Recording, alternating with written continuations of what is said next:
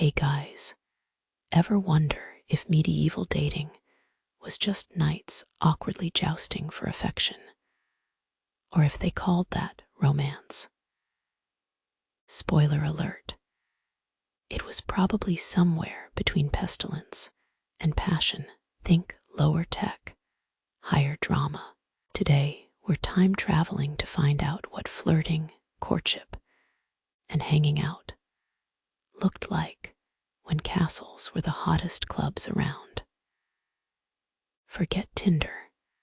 Their options were arranged marriages, secret rendezvous, and surviving the plague just to impress a potential spouse. So get cozy or hold onto your armor.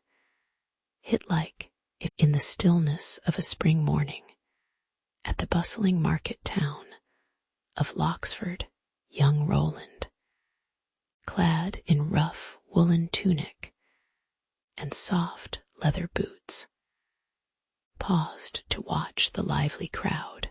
His eyes, shy but curious, fell upon Elinor, the merchant's daughter, whose delicate hand brushed a stray strand of hair from her face as she examined a fragrant bundle of herbs.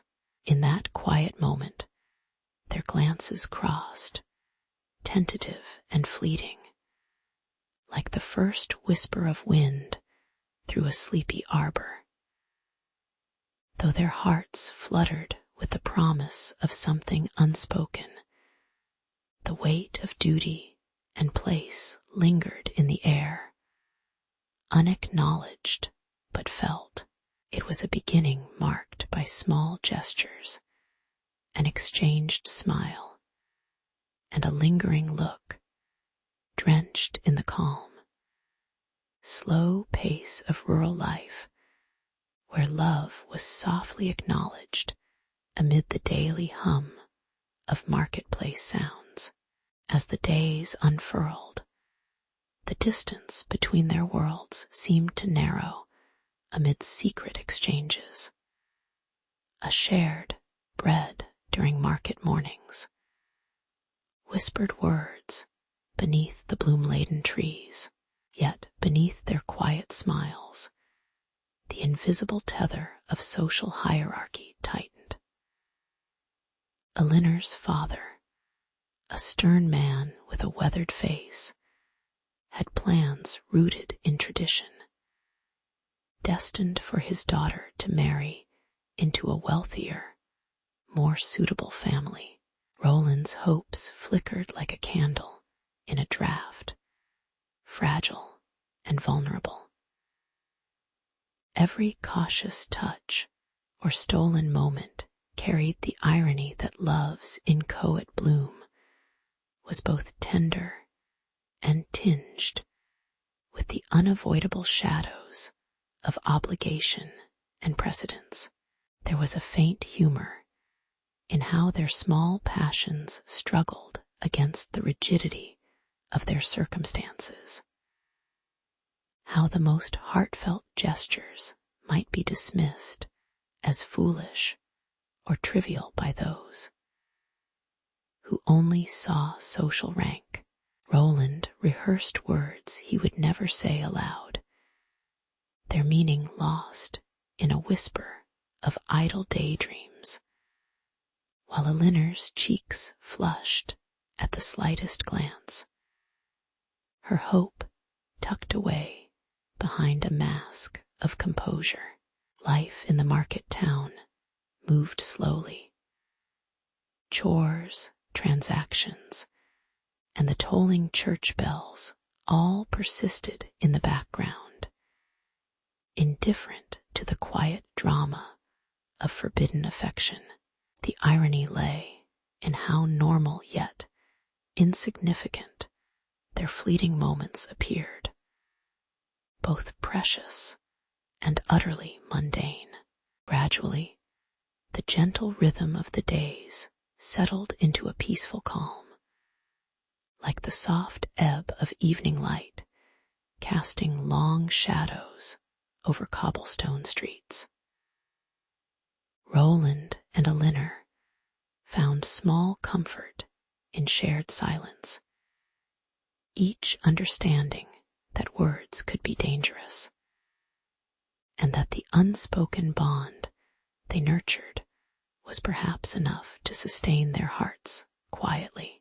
They learned to savor the simple touches, an accidental brush of shoulders, or a brief hand clasp, and to accept the limitations imposed by their worlds. The distant toll of bells seemed to echo softly, a reminder of the gradual passage of time and the quiet endurance of hope, flickering like a candle in a slow-moving draught. In the end, their story became a quiet reflection on human patience and restraint, a muted testament to how love persists amid everyday neglect and the slow machinery of societal expectation. Both Roland and Elinor, in their own ways, understood the value of small, unremarkable moments, gestures that might seem insignificant from afar, but held worlds within them. They were two ordinary souls, caught in the gentle tide of history, learning that sometimes love's greatest strength lies in its quiet endurance, in the willingness to wait and hope beneath the blurred faces of prophets and the shadowed flicker of a spring sun. And so they moved forward, step by unremarkable step, in a world that barely noticed, yet somehow deeply remembered. In the gentle hush of early morning, Roland carefully recited a plan that had taken days to hatch.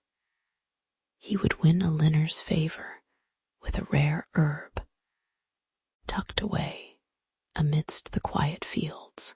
His hands, rough from labor, lingered over the small bundle wrapped in simple cloth, as he imagined her smile, the soft light in her eyes.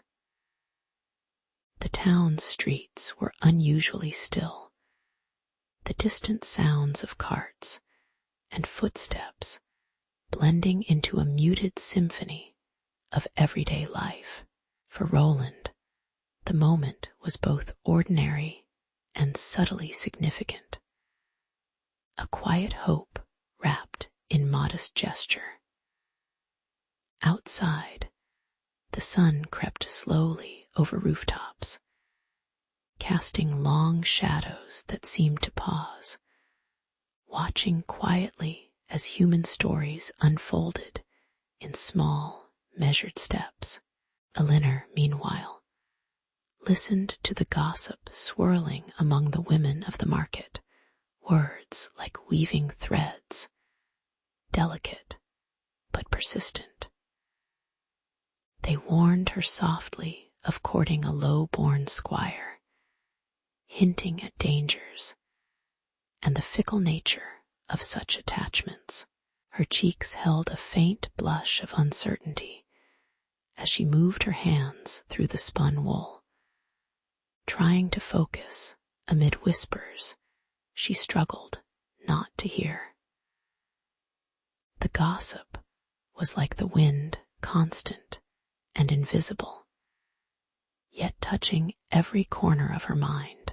She wondered if Roland's gesture, however sincere, could withstand the weight of town's opinions, all while the sun dipped lower, painting the setting with a slow, warm glow. A quiet tension grew, layered faintly beneath her routine day.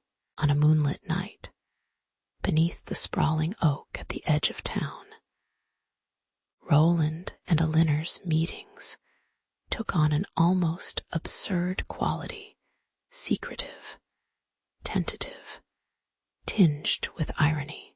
They exchanged glances in the shadowy dark, feet softly crunching on fallen leaves, as they spoke in hushed tones about future hopes and trivial troubles. The rustling of branches above seemed to mock their seriousness. The thrill of clandestine contact was both tender and quietly humorous, these earnest efforts to carve out a pocket of trust amid an unyielding social order. Yet, beneath the soft humor, a fragile hope persisted, flickering like a candle in the cool night air. Both understood the risk, but that was part of the quiet poetry in their cautious meetings. As days passed, the quiet rhythm of their lives settled into a gentle peace, an acceptance that neither excitement nor tragedy carried them entirely. Roland's small, thoughtful gestures and Elinor's cautious replies became part of the slow narrative of their days, marked more by patience than passion. The herb, delivered and received in silence, seemed to carry weightless meaning, ordinary, yet unmistakably human. The town around them continued its predictable dance, clattering carts, children's laughter, the distant toll of a bell, all unnoticed by the steady, contemplative minds of those who lived amidst history's quiet flow. The story lingered like a faint scent in the air, a reminder of the understated complexity in simple human moments. Looking back, perhaps the most enduring truth of those times was how love endured in small gestures more than grand declarations, in the slow patience of daily life. Roland and Elinor's modest acts revealed a shared understanding that human connection often quietly slips past public judgment and self-doubt alike. In their mundane assignments and secret meetings, there was a sense of continuity, a gentle affirmation that even in distant, often careless worlds, people still sought to understand and be understood. As history's tired eyes watched from the shadows, it seemed that the stories of courtship, so full of small trials and tokens, remained a subtle, unchanging testament to human patience in the face of time's slow passage. In the slow fade of afternoon light, Sir Garrick first came upon Roland's secret letters tucked beneath a loose stone in the castle wall. The parchment was faint, the ink slightly smudged by age, but the words were clear enough, affectionate, careful, and full of quiet hope. Garrick's brow furrowed just slightly, a gesture as muted as the hush of the courtyard. Love, in those days, was often inscribed in small, hidden ways, hidden not just from others, but from the relentless gaze of social expectation. Outside, birds moved lazily through the air, indifferent to the faint stir of human emotion happening silently within stone walls. It was a moment that felt both ordinary and charged with a fragile, unspoken tension. When Garrick's discovery reached his ears, the quiet was soon replaced by the dull clang of approaching footsteps. castle's yard grew tense as he challenged Roland, an age-old gesture, simple yet heavy with meaning, as if a duel could somehow settle what was meant to be unspoken. Under the watchful eyes of villagers and guards, the square became a stage. The clink of armor, the scrape of wooden shields, and the sharp breath of anticipation filled the air. The sun dipped lower, casting long shadows over the cobblestones as two figures prepared for a combat woven from honor, tradition, and the unyielding codes that governed their lives. It was strange, perhaps, how love could be ordered into such a spectacle, like a petty farce played out in slow motion.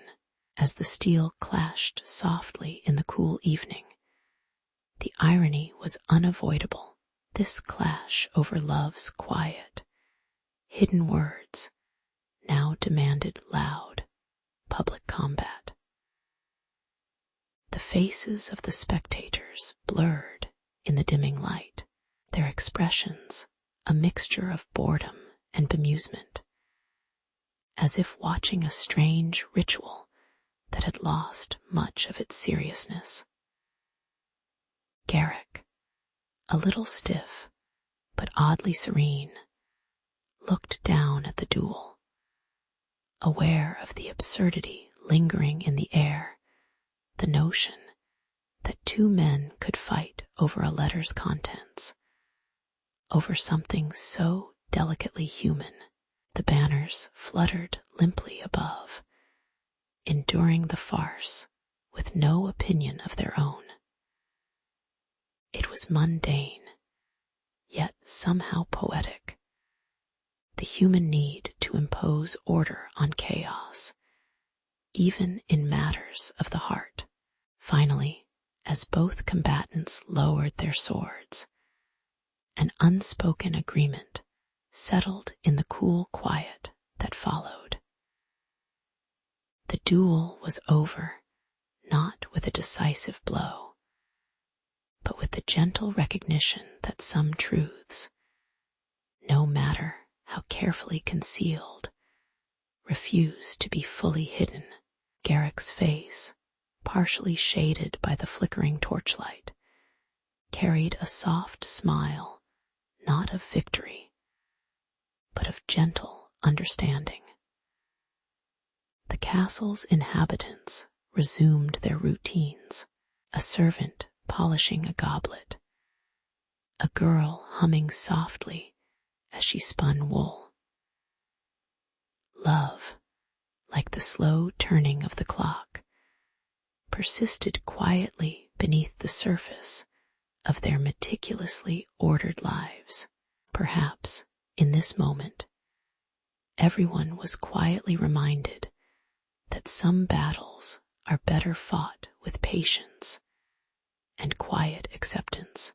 As the night settled over the stone walls, Garrick reflected on the strange softness of human affairs, the way love persisted amid the codes and ceremonies that sought to tame it.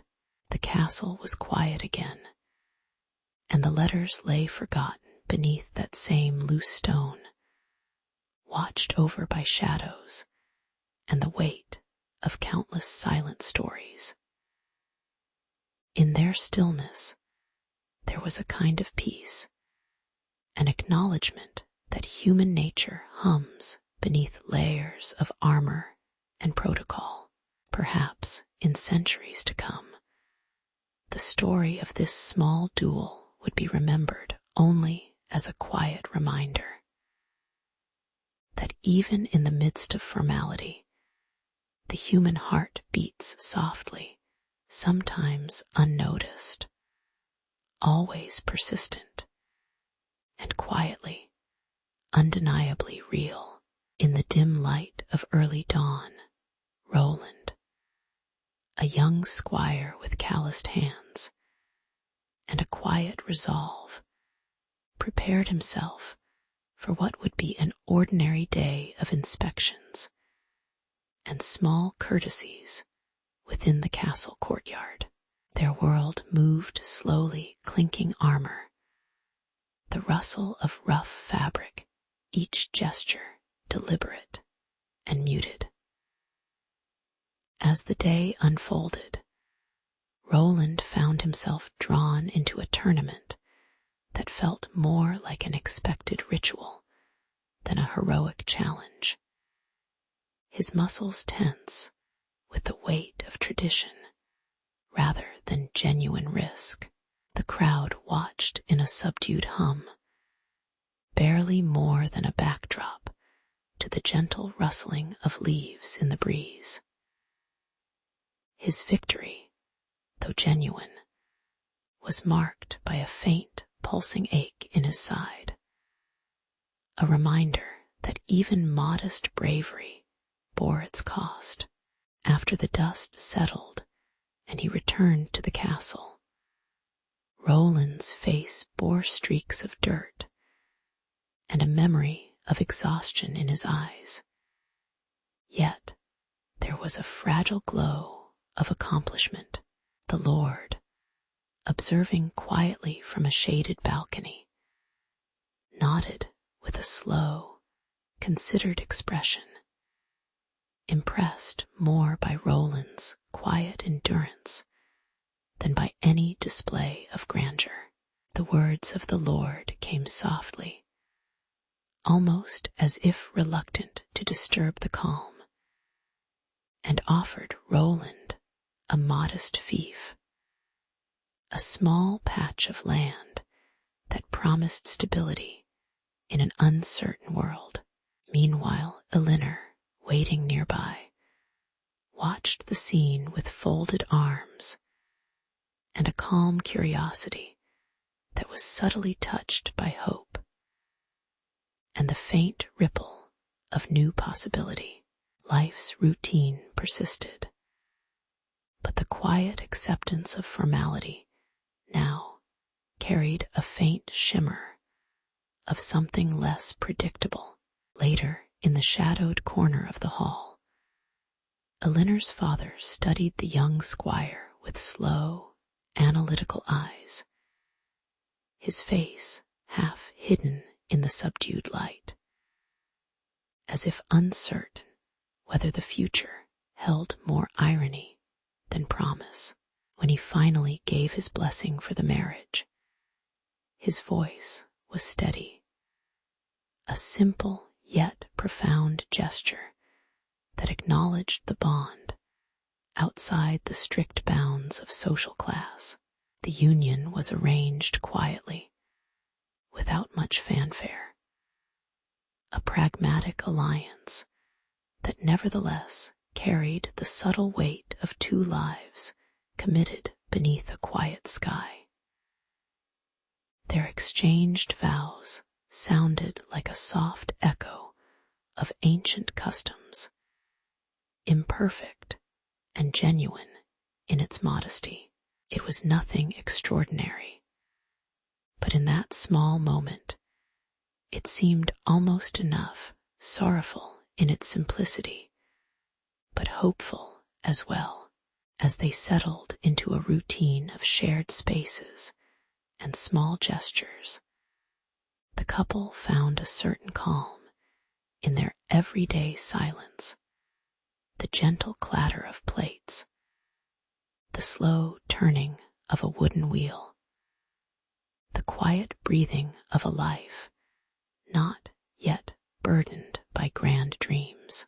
Their union stood as a modest example, softly defying the rigid expectations that had once seemed so unchangeable. Love, in its quiet persistence, was woven into everyday acts rather than grand gestures.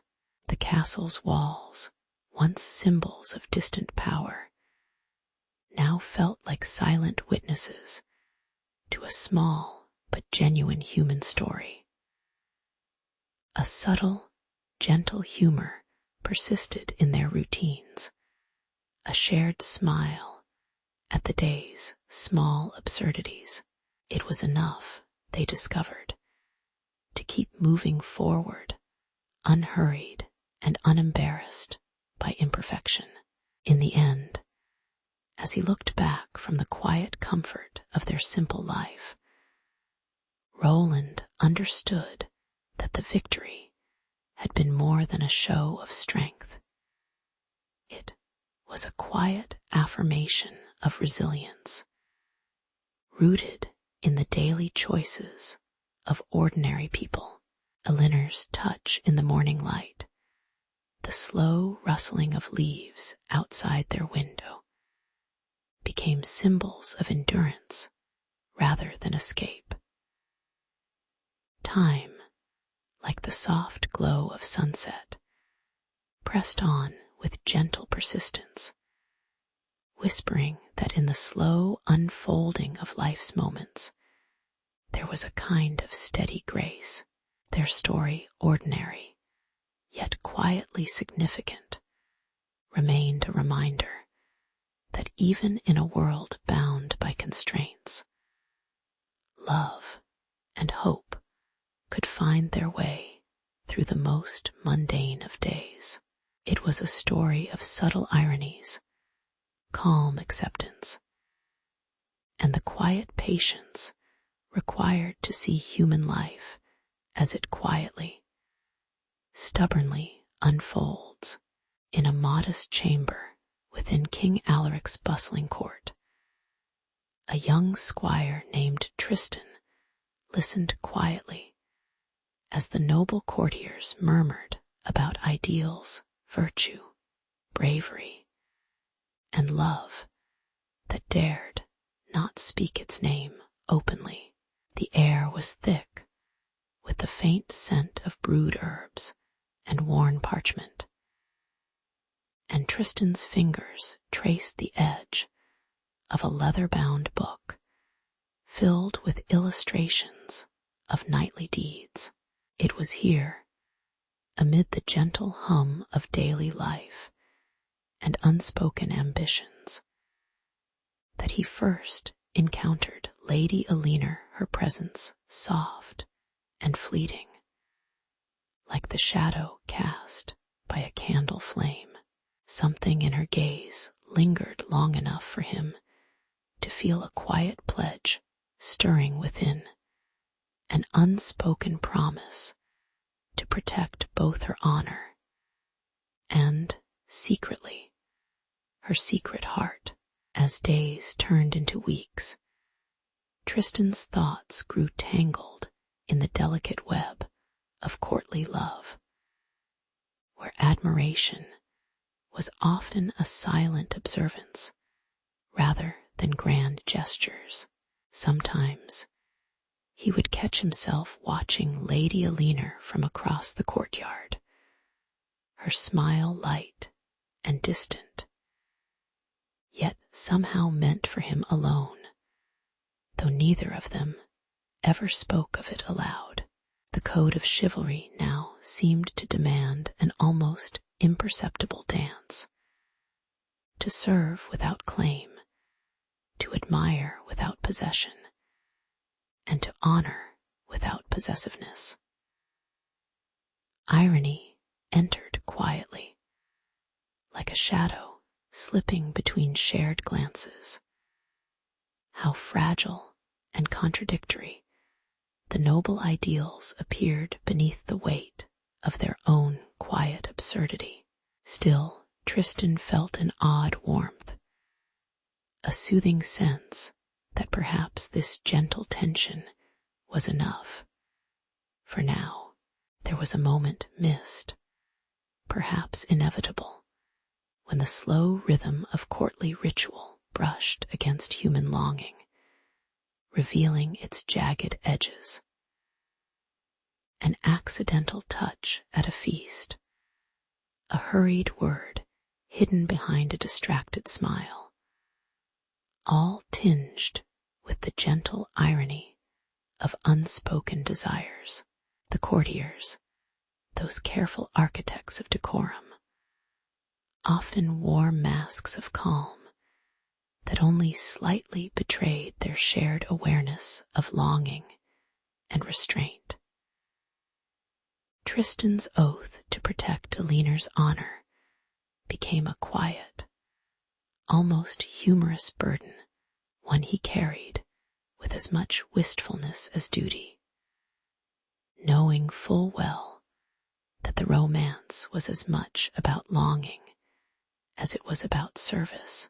The calm settled back, like a soft breeze settling over a sleepy landscape, leaving behind only the faintest trace of a story incomplete.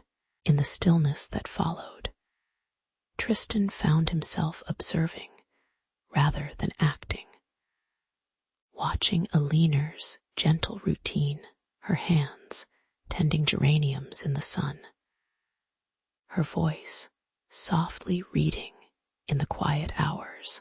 Life in the court moved slowly, and his feelings barely stirred the surface of everyday reality. The world was content to drift, like a boat on a peaceful river, unhurried and unchanging. He realized that the notions of honor and love, once new and sharp, had softened into something more quiet, almost indifferent to the grand ideas they once seemed to promise.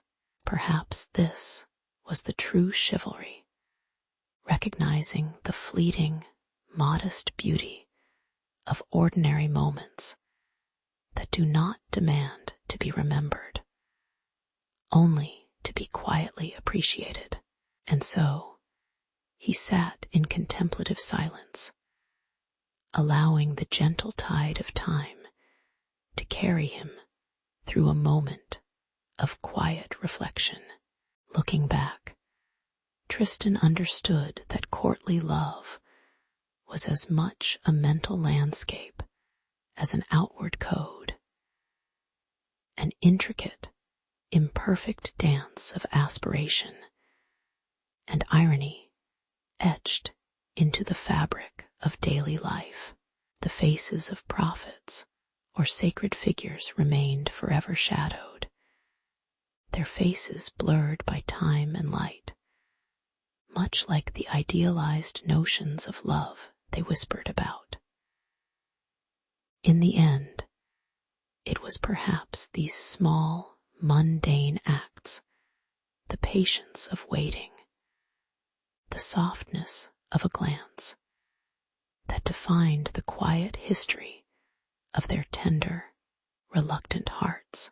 As the evening descended upon the court, the stories settled into gentle silence, turning human longing into a faint, distant hum, an enduring, if slightly bemused, reflection of a love that was always just beyond grasp. In the slow glow of dawn, Tristan stood quietly at the village edge, the faint hum of early morning activity drifting past him. It was a peaceful moment, disturbed only by the distant crack of a branch or the faint rustle of leaves. His armor felt heavy but familiar, yet he was quietly aware of a different kind of weight, one of expectation, duty, or perhaps that peculiar tenderness which had begun to settle in his chest. The village, with its humble thatched roofs and cautious villagers, seemed to hold its breath in anticipation of the coming day.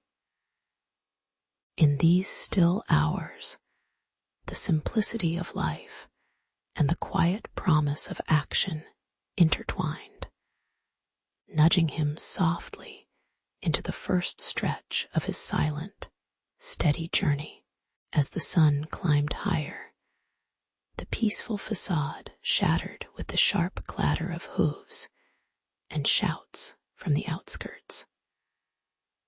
A marauding band had discovered the quiet village, their figures rough and loud against the light, interrupting the calm with unpredictable, hurried chaos. Tristan, now a little more alert, felt the pull of immediate action, shield in hand, nerves dull but present. Yet he found himself caught in a quiet irony.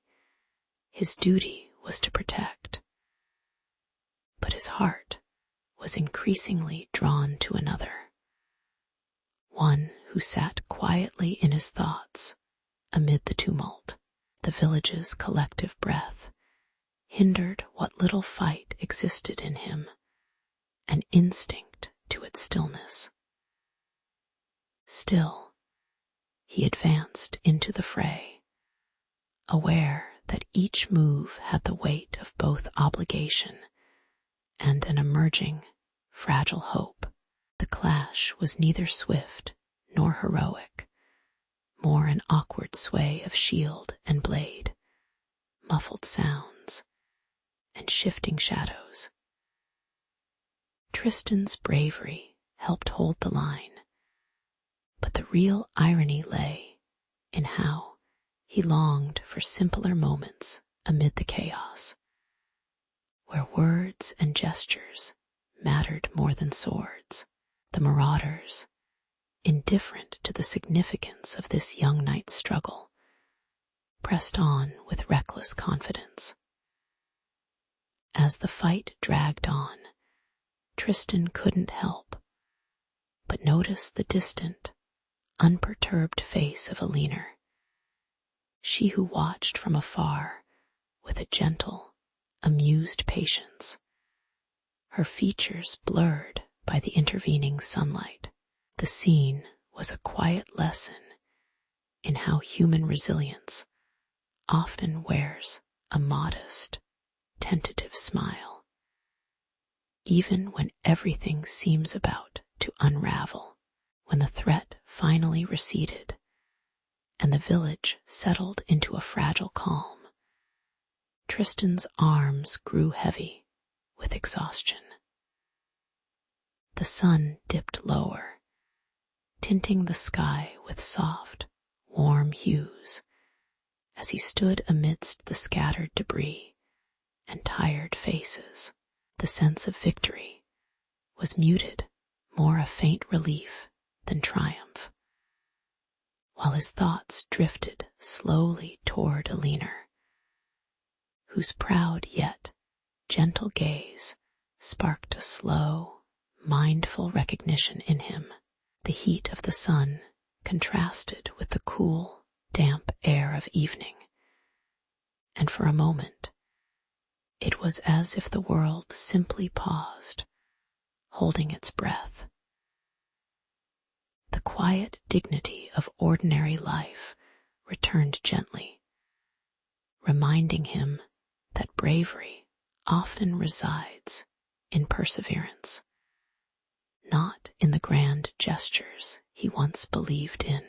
Later that night, as Tristan carefully cleaned his sword by the flickering light of a small candle, he reflected quietly on the day's events.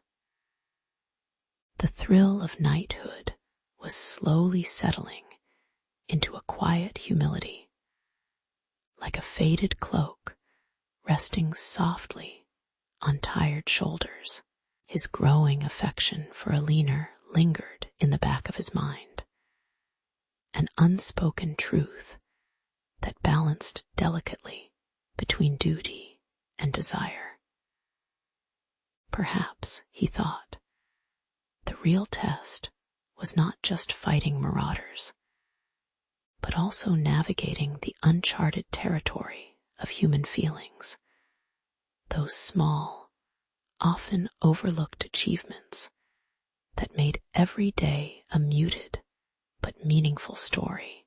The evening air was still, the stars hidden behind a thin veil of clouds, whispering softly of a patience that extended beyond battles and into the quiet, ongoing journey of finding oneself.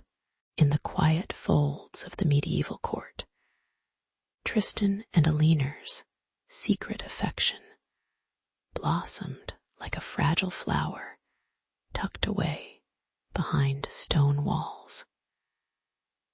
They moved cautiously through the routines of daily life, their eyes quietly exchanging promises that the world around them failed to see, even as the court's high ceilings echoed with the clatter of armor and music. A softer, more elusive language flickered between them, an unspoken understanding that they were bound by the strict codes of chivalry, yet longing for something beyond. The air was thick, not with passion, but with the gentle, persistent ache of something unfulfilled, brushing softly against the edges of duty and desire. Then came the moment when the shadows grew longer, and the court's unyielding gaze seemed more watchful, casting a slight tension over Tristan and Aliner's plans. They arranged to meet after dusk in the chapel garden, a place where the flickering candlelight struggled through the twisted branches. Every step towards their clandestine meeting was slow, deliberate, as if walking through a dream that balanced precariously on the edge of discovery. Their whispered vows fluttered like falling leaves, soft sounds that clung to the cool night air, knowing well that the court's ever-present watchfulness painted their hopes with a hint of caution. The forbidden meeting was a fragile act, quietly defying the invisible lines drawn around what was considered proper. Irony settled in quietly, as nearby courtiers, oblivious or perhaps indifferent, enjoyed their own routines, eating, laughing, carving initials into the wood, while Tristan and Aliner's words remained silent at the threshold of revelation. The garden, lush with falling leaves and muted flowers, became a small universe of its own, where secret vows clashed softly with the stern discipline of the court's expectations. A flirtation with danger flickered in their eyes, yet the silence between their words held more weight than any overt declaration. They lingered behind the ornate iron gate, caught somewhere between the humor of their absurdity and the slow, steady pull of their quiet rebellion. Their love, if it could be called that, was a small, slow act against the grand machinery of social order. As time unfurled with the gentle patience of an old story, the meeting in the garden became a ritual of calm and subtle defiance. They began to understand that their secret was not a grand gesture, but a whisper in a world that demanded loud confirmation of loyalty. Words turned softer, touches more tentative, as fatigue and acceptance seeped into their interactions. Perhaps the only way they could hold onto each other without tipping the delicate balance of reputation. Outside the garden, life in the court moved with sleepy monotony, as if awaiting its own slow decline into forgetfulness. Tristan and Alinor found quiet solace in these stolen moments, the ordinary act of being present cushioning the ache of what was forbidden. In the end, their story was preserved in gentle, half-remembered echoes, an ordinary human striving for connection within the narrow confines of tradition.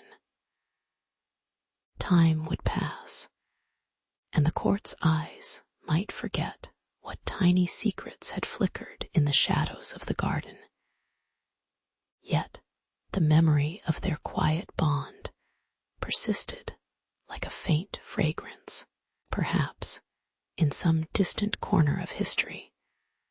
Their whispers still exist, soft, imperfect, and undeniably human, reminding us that even in restrained worlds, love often finds a modest way to breathe. It is, after all, not grand declarations, but these small, silent acts that drift quietly into the slow river of time, unnoticed, yet subtly enduring. In the slow unfolding of a medieval morning, the castle courtyard lay quietly beneath a sky tinged with the faint glow of dawn. Knights in polished chainmail and surcoats moved deliberately, their breaths curling in the cool air as they checked their banners and weapons. Among them, Tristan prepared himself with a tender, almost distracted focus, his eyes flickering towards the distant castle windows where Alinor watched, unseen but present. It was a day marked by formal promises and hushed hopes, where the ritual of the tournament hinted at something more fragile beneath the armor. A quiet yearning cloaked in duty. Somewhere in the background, the faint murmur of minstrels tuning their lutes drifted softly, blending with the rustle of banners and the careful clatter of steel on leather. Yet, beneath the grandeur, there lingered an unspoken anticipation, as all knew this day was about more than mere sport. It was about silent vows, neither spoken nor fully understood. As the tournament progressed, the air grew heavier with the slow, measured rhythm of jousts and parries. Tristan's armor gleamed, but his mind often wandered to Alinor's smile, faint, fleeting, as if she was trying not to hope too much. He performed the customary chivalric gestures, raising his visor at the proper moments, exchanging respectful bows. Yet each gesture felt tinged with an ironic tenderness, as if he were performing a script written long ago. The crowd, a blurred sea of faces with sluggish smiles, cheered politely, perhaps unaware of the subtle conflict beneath the spectacle. During a lull, Tristan's fingers brushed the locket he kept close, a simple token of Alinor's affection, and he wondered if the world would ever notice what was truly at stake. Still, he pressed on, knowing that both his honor and his devotion depended on these slow, deliberate acts, all quietly weighed against the worn fabric of tradition and expectation. When the final joust arrived, there was a strange undercurrent of irony. An event that was supposed to crown glory also gave a faint hint of absurdity.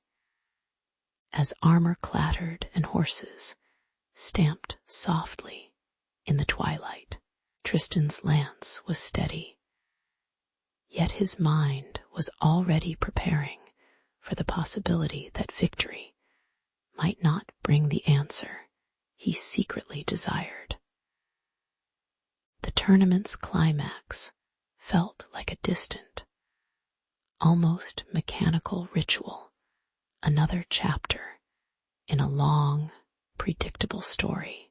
His body moved gracefully, but without flourish, guided by a muted sense of purpose rather than passion.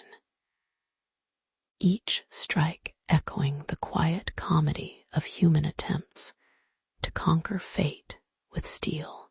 When the dust settled, the outcome seemed almost arbitrarily decisive. Another day's event in a series of many, neither fully triumphant nor defeated, just quietly endured.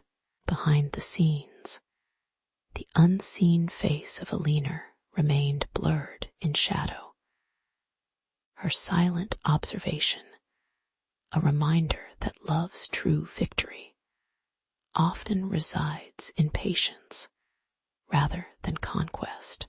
In the calm after the storm, Tristan retrieved his armor and sat quietly by the tent, feeling the weight of both his armor and his hopes settle around him like a worn cloak.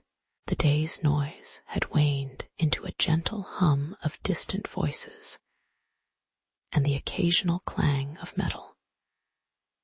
He nodded slowly towards the empty space where Alina used to stand, her absence leaving a gentle echo in his mind, an echo of quieter moments yet to come. The sun dropped lower, casting warm, lazy shadows over the courtyard, and the world seemed to pause, just enough for the faint laughter of a picnic or the distant chatter of squires. Here, in this stillness, the absurdity of continuous striving, whether for glory or love, felt oddly comforting, as if time itself was disinterested in rushing. It was merely another day in a long cycle of human effort, a small reminder that beneath the grand stories are quiet truths waiting patiently to be noticed. Later, as the sky turned a soft, muted orange, and the castle slept beneath a veil of gentle darkness, Tristan reflected on the day with measured calm. His actions, his gestures, and even the ironic grandeur of the tournament had merely woven into the slow fabric of everyday life, a story complicated by hope, but driven by simple human habits. The blurred face of Alina, perhaps watching from some shadowed window, was a silent testament to the things that never quite needed to be spoken aloud. And so, with a quiet smile, Tristan's mind drifted away into the stillness, realizing that love often exists in patience more than in victory, an understanding both humbling and slightly amusing in the grand, unhurried course of time. In a quiet corner of the castle courtyard, the air was thick with the scent of hay and aged timber. Men in tunics and women in embroidered silks paused, their eyes heavy with anticipation, as a tournament unfolded beneath a dull, cloudy sky. The clang of swords and the scrape of shields echoed softly, almost like a distant lullaby. Amid the slow, deliberate movements of the knights, there was an unspoken hope that this day would bring honor, if only fleeting. The crowd watched with half-closed eyes, waiting for the inevitable moment when strength turned into a quiet promise of something more refined. As the final duel drew to a close, Tristan's armor bore the faint traces of dirt and sweat, yet his face remained thoughtful, unshaken. The crowd's hushed applause seemed to carry a mixture of relief and curiosity.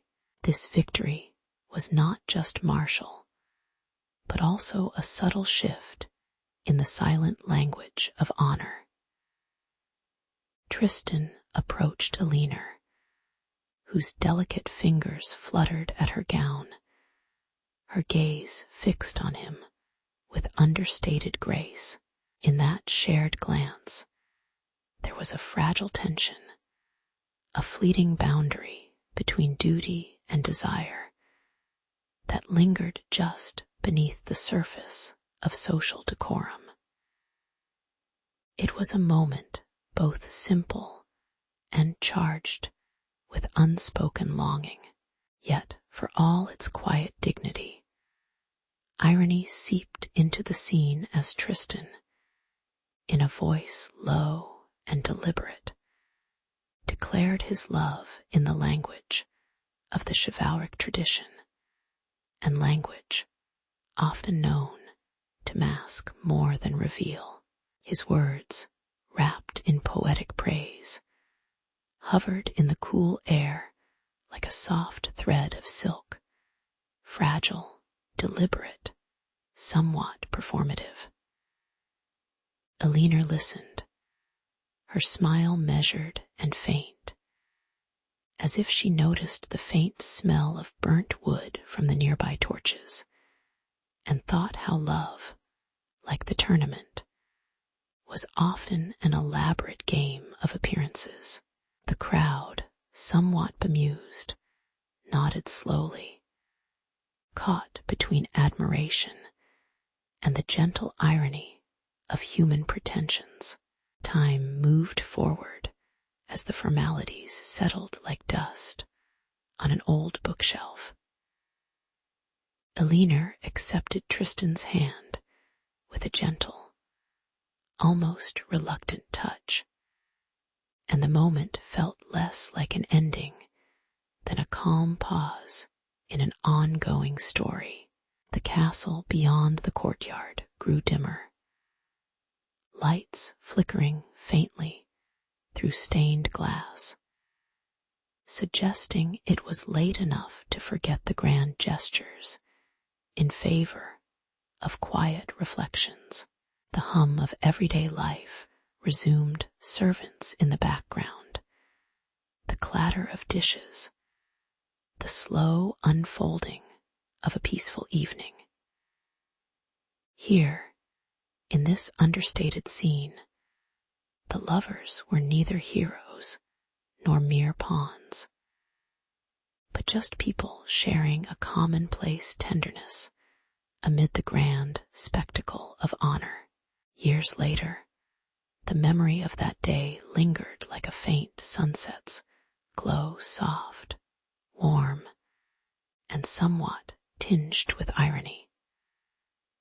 The story of Tristan and Elinor was whispered among the stone walls and scribbled in faded manuscripts, a reminder that even in such grand traditions, human vulnerability persisted. The chivalric code, with all its poetry and pomp, quietly wove itself into the slow fabric of everyday life, where honor existed alongside imperfections and doubt. And as the castle grew silent once more, the sense remained that, beneath all the spectacle, human hearts beat quietly, endlessly seeking connection amid the routines and rituals that held their worlds together. In the quiet glow of a late spring morning in 1247, Lady Eleanor of Ravenswood stood by her father's great oak table, her hands softly resting on the wood's cool surface. The stone walls around her seemed to breathe with the weight of centuries, and the faint hum of murmured conversations drifted through the open window. Today, she was to be presented at the manor's great hall, a formal step that felt both ordinary and momentous, a silent chapter in the ongoing story of family and survival. The figures in her life, her parents, their faces blurred in the shadowed corners, watched with quiet intent, their expressions calm yet purposeful.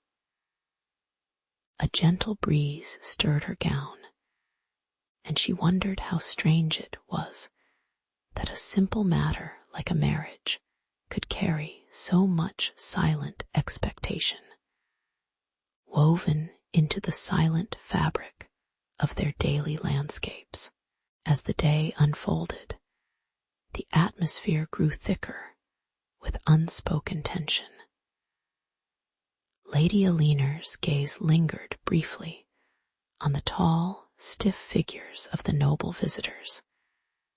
Countess Matilda of Arundel, with her sharp, decisive eyes, and Lord Geoffrey of Thorn, who seemed to breathe with a measured patience that matched the slow ticking of the nearby clock. Negotiations stirred like a quiet current beneath the surface, halting and resuming, as voices traded spun sugar words about alliances and land rights. The room's warmth contrasted with the cool distance settled over the table, a reminder that such agreements, while carefully crafted, still carried the weight of latent rivalry. In this quiet moment, everyone seemed to realize that the future was merely a shadow cast by a word or a promise, waiting to be understood or lost in the small, ordinary movements of daily life. Later, as the formalities waned, the irony of the situation settled comfortably like dust on a forgotten shelf.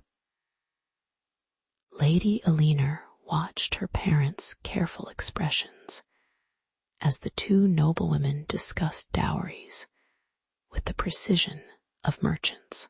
The jovial smile of Countess Matilda twitched slightly when Lord Geoffrey mentioned the weather, revealing that, beneath the veneer of strategic peace, human absurdity persisted, simple conversations masking more complex calculations. The walls, once echoing with the sound of parlor world spinning, now held only the soft sighs and the distant, muffled clatter of plates. Even in such mundane exchanges, the subtle humor of human self-importance lingered, softly highlighting how fragile and complicated these woven human ties could be. Fragile, yet enduring, like the old beams supporting the manor itself. By late afternoon, a calm settled, as if the land itself had taken a knowing breath. Lady Eleanor, with a gentle sigh, stood by the window, gazing out at the fields that stretched lazily towards the horizon, where the shadows grew longer and the sky softened into a muted amber. The air outside was cool, a gentle reminder that life, much like the passing seasons, moved with an unhurried grace.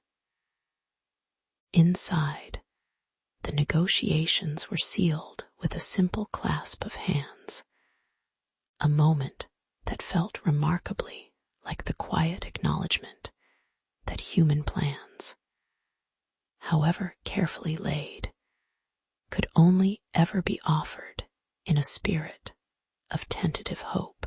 And yet, beneath this calm, the swirl of human questions persisted silently.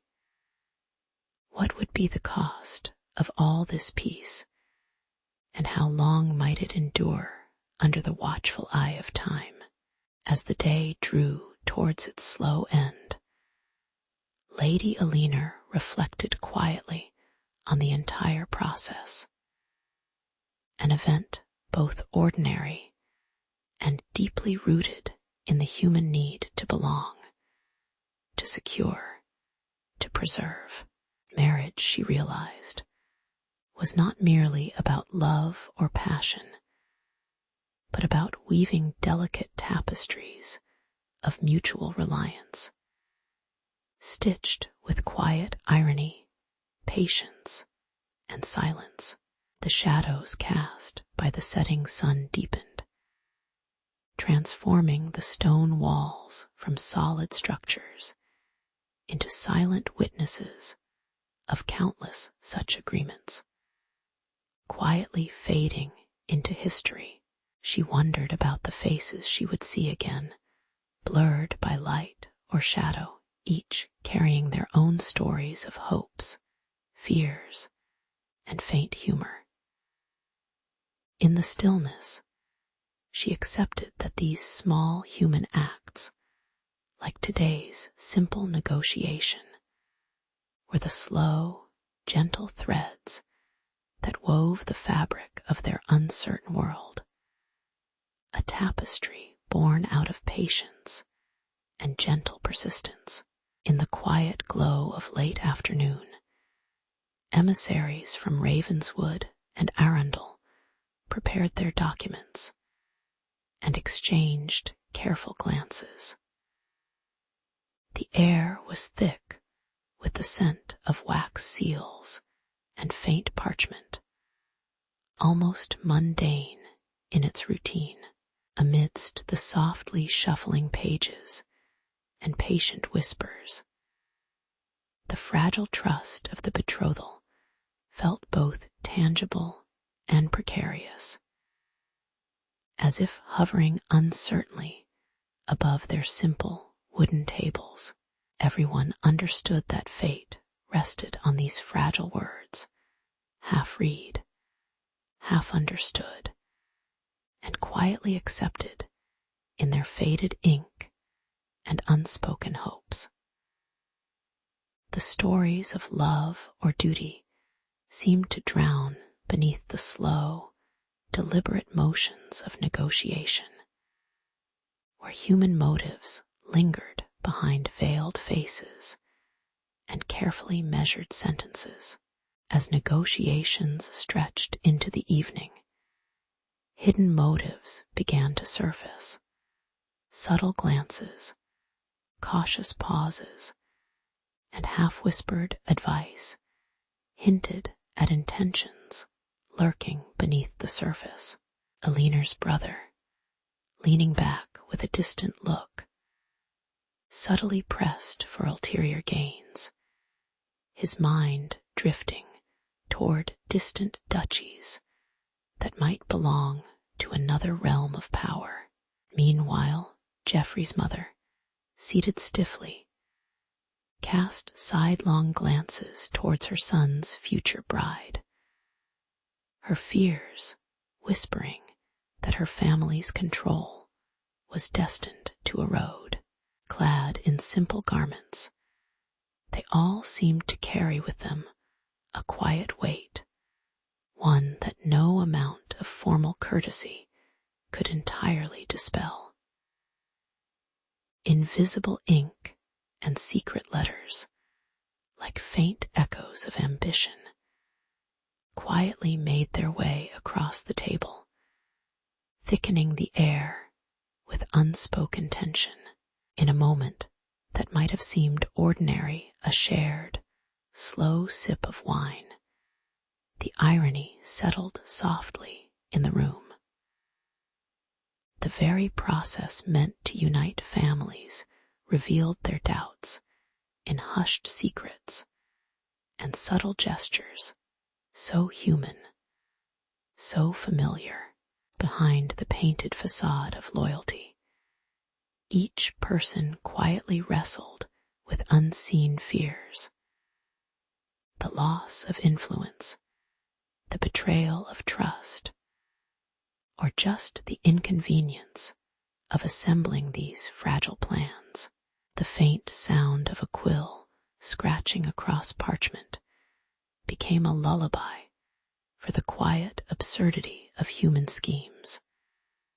How simple words could carry such weight, yet never quite settle the underlying uncertainties. Despite the careful charade, the human comedy of hidden motives played on, comfortably mundane in its quiet repetition. As night fell beyond the window panes, a gentle calm reigned in the chamber. The sharp edges of suspicion softened into mere murmurs, and the tense debate dissolved into a lull of mutual understanding, perhaps of acceptance. The emissaries, now seated in silence, tended to their cups and listened to the distant sounds of the estate settling. Footsteps on stone, the faint rustle of fabrics. In this peaceful pause, their faces, once sharpened with suspicion, became softer, more human, touched by fatigue or resignation. They understood that every secret motive was merely another layer beneath the slow, inevitable drift of human connections, nothing more, nothing less. The room, with its simple warmth, became a small vessel for quiet reflection. Looking back, it seemed that this delicate dance of alliances was no more than a slow river flowing around stones of human imperfection, unremarkable in its persistence, yet profoundly human in its subtlety. The names, the motives, the unseen ambitions, they all blurred with the passing of time, leaving behind only faint impressions of human effort and folly. Perhaps, in the end, all these quiet negotiations were just steps in a larger, endless cycle of connection and disconnection, each family quietly shaping their stories in the muted light of history. Somewhere beneath the layers of diplomacy and doubt, real lives, with their small joys and quiet worries, continued their gentle, unremarkable rhythm. It was, after all, a story as old as time, told slowly, softly, in the faint shadow of human frailty, in a quiet chamber lit by the flickering glow of a single candle. Two noble families, bound by tradition and ambitious hope, deliberated over a marriage alliance. The air was heavy with the scent of wax and old parchment, as officials carefully unfolded parchment scrolls and exchanged glances that hinted at both resolve and weariness.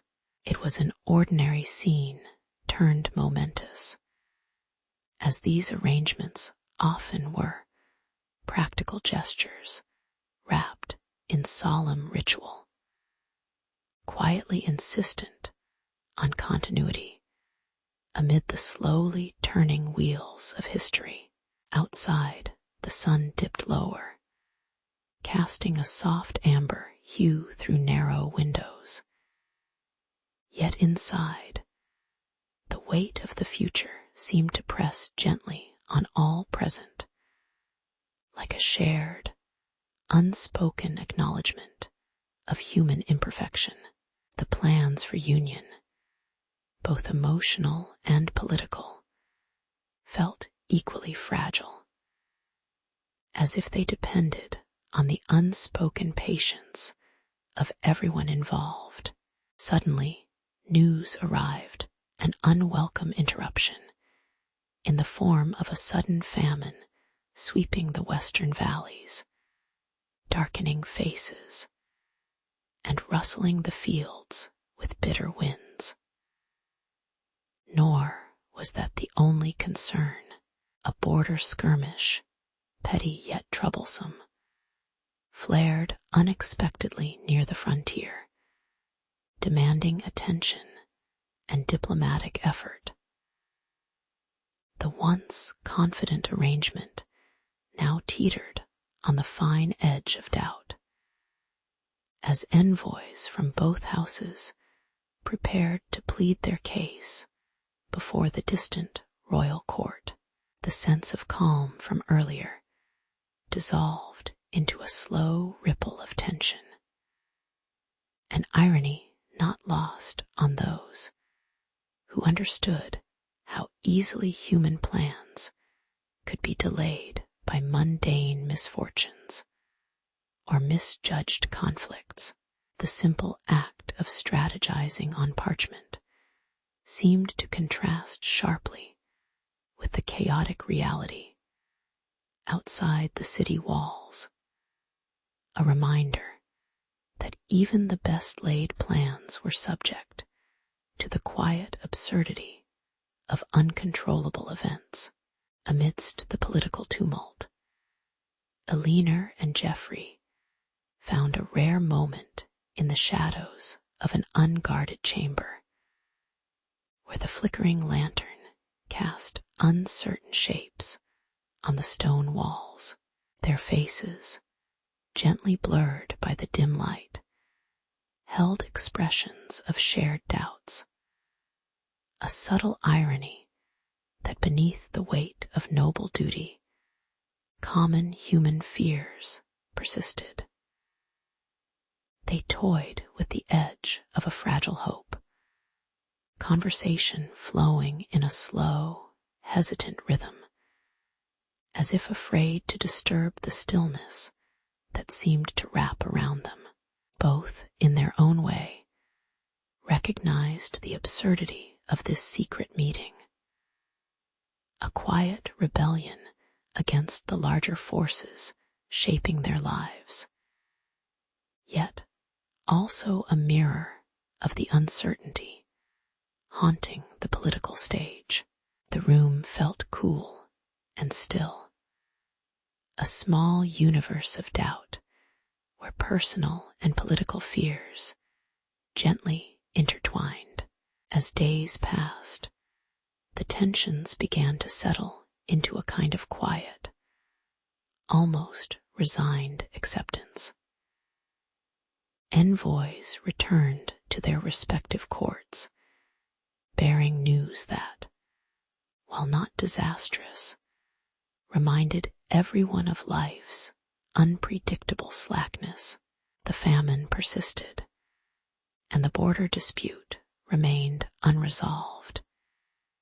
Yet, in the midst of this, the noble pair's secret meetings grew infrequent, drifting into the flow of small daily routines.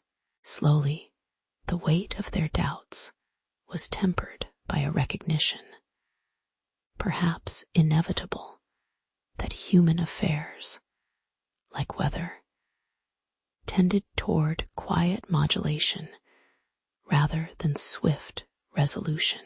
The calmness of this realization settled gently, neither uplifting nor depressing, but simply a natural pause in the ongoing story of human imperfection. Time, after all, moved in its slow, untraceable rhythm, indifferent, yet somehow empathetically slow.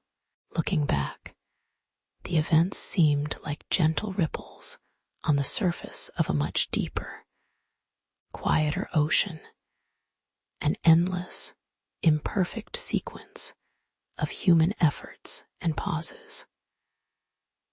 The plans for alliance persisted, not because they were guaranteed, but because hope, like routine, refused to be entirely extinguished.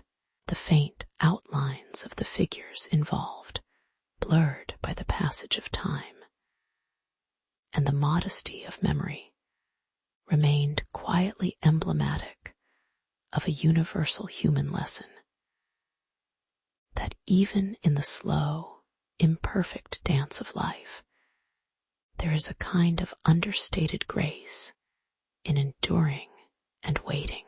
The shadows cast by those distant days lingered softly, reminding us that history's most meaningful moments are often just waiting to be noticed in the lull between surges of chaos or certainty.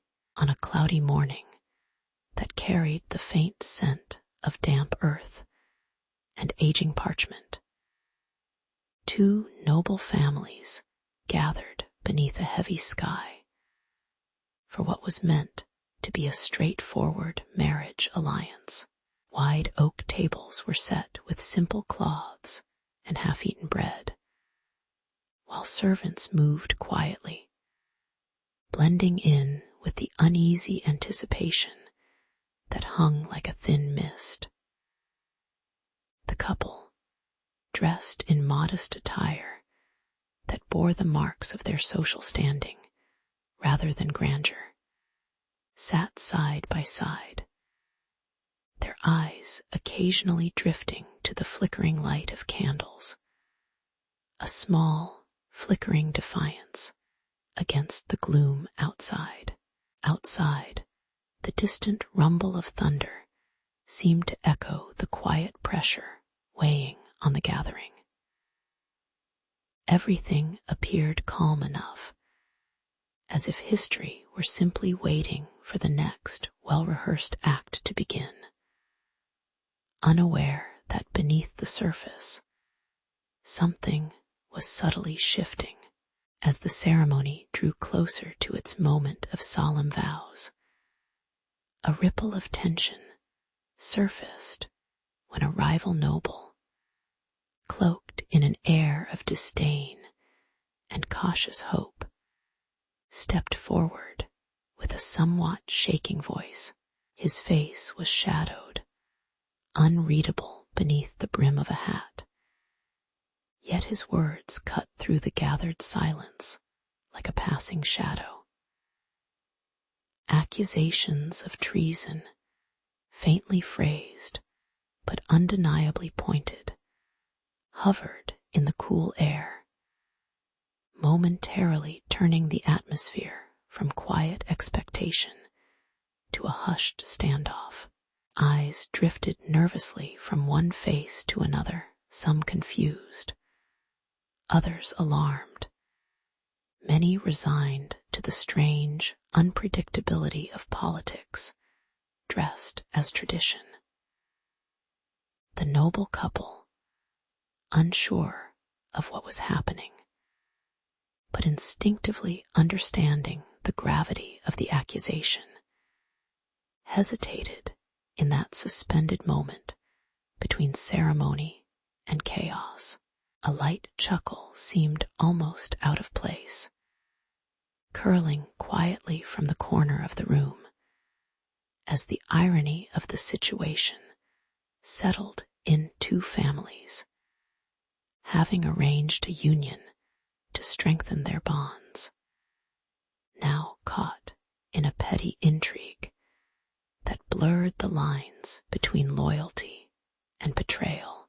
The bride's delicate fingers instinctively grasped her sleeves as she glanced toward her future husband, whose calm expression betrayed nothing but the faintest hint of bemusement.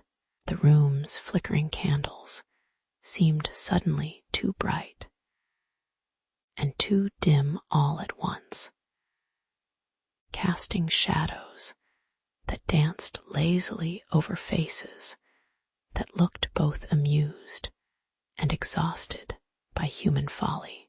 It was as if history, tired and slow, had deliberately chosen to pause here, just long enough for a whispered joke or two, before returning to its usual weariness.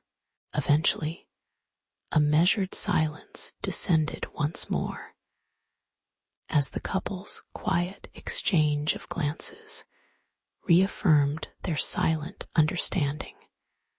Despite the tumult, they would stand together with a relaxed gesture that hinted at patience rather than defiance. They declared their loyalty to the crown, their voices soft but firm, as if summoning a shared endurance for the slow, quiet rhythm of their lives.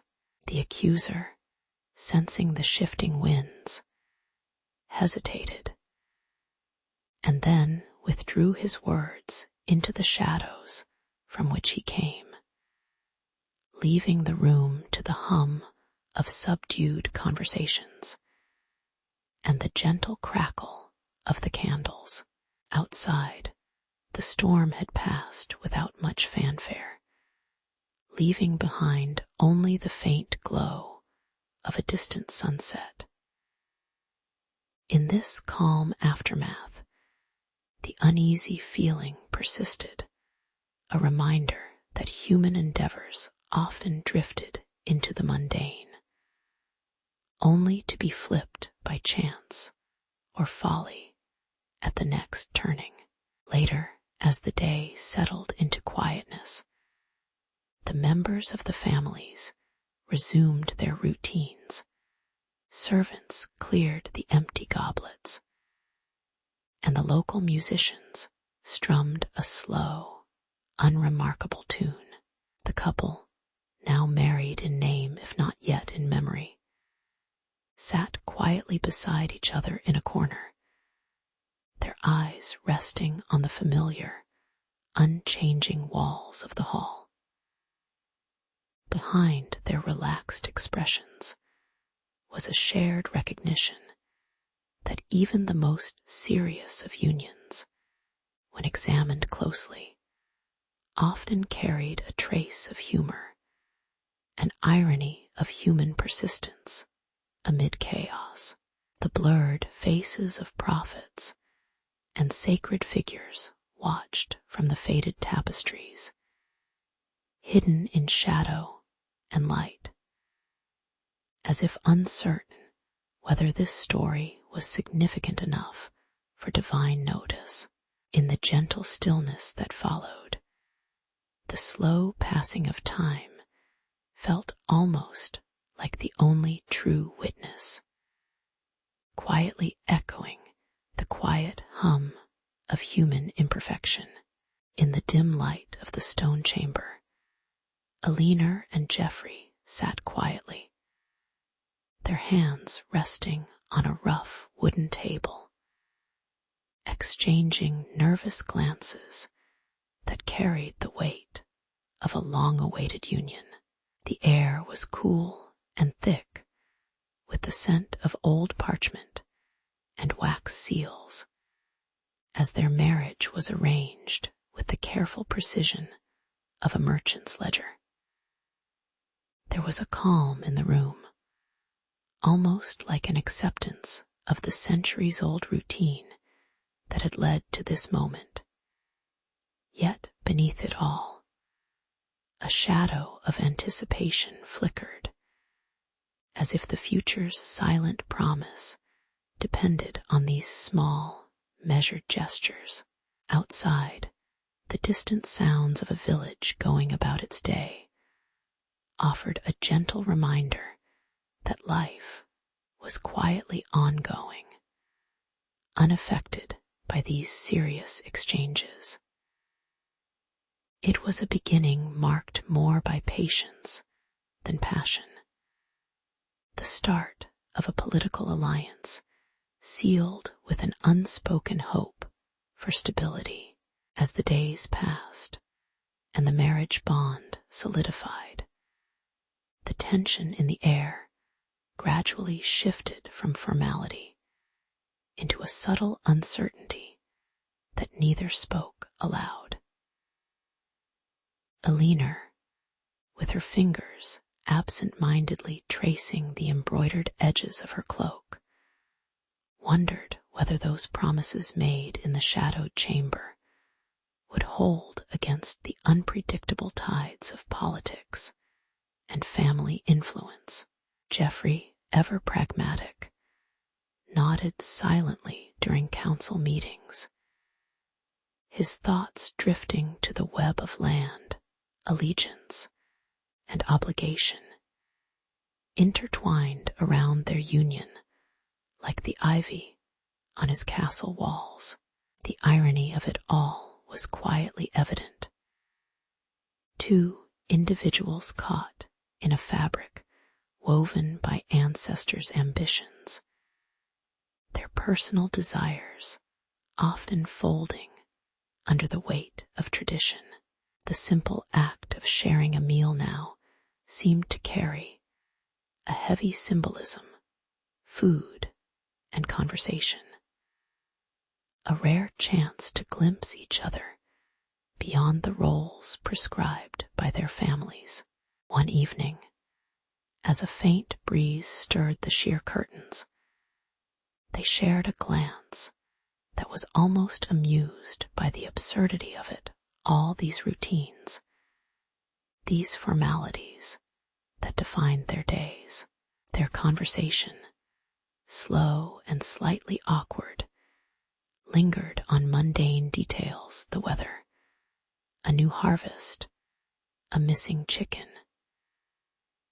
Their faces shone in soft, flat illustrations, wore expressions that echoed their quiet boredom and mutual understanding that life, even in its most political moments, often drifted in gentle routines and missed opportunities.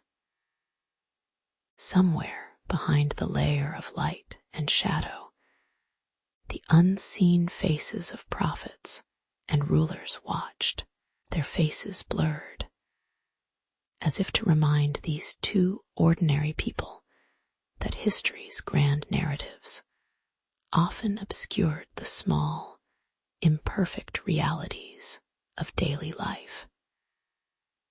The irony was subtle, almost a whisper, that in forging a new alliance, they had become part of a story far larger and more indifferent than their own. Days turned into weeks, and slowly a sense of calm settled between Eleanor and Geoffrey, an atmosphere where the weight of their union didn't press, but rather rested quietly like a familiar blanket. They found comfort in the routine of shared mornings and the soft sounds of hands working at household chores, the faint clatter of dishes, and the rustle of pages in well-worn books. It was in these unremarkable moments that the true nature of their union revealed itself. Not one of fiery passion, but of a gentle companionship, stitched together by proximity and shared purpose. Their faces, more often relaxed than stage-like, reflected the lingering humor in their circumstances. How they had stepped into a story written by others, but now found their own quiet space within it. As they looked ahead, it was the steady quiet of the land unfurling its years that mattered most, not the sudden burst of passion or dramatic vows. In the end, Alina and Geoffrey recognized that their union had transformed more than just territory and titles. It had woven two lives into a single, if still imperfect, fabric. They reflected on the day they sealed their vows, feeling the subtle shift of shared purpose. How this quiet agreement had turned a complex web of political calculations into something resembling family, fragile, yet enduring. Sitting together in the fading evening light, they understood that their bond was less about romance and more about enduring presence, about quietly building a future step by step. The faces of prophets had long since faded into the background, their faces unseen, as the two of them watched the shadows lengthen over their lands. Perhaps, they thought, that was the real strength, ordinary days, shared in patience, that would carry their story forward beyond the fleeting waves of power and privilege.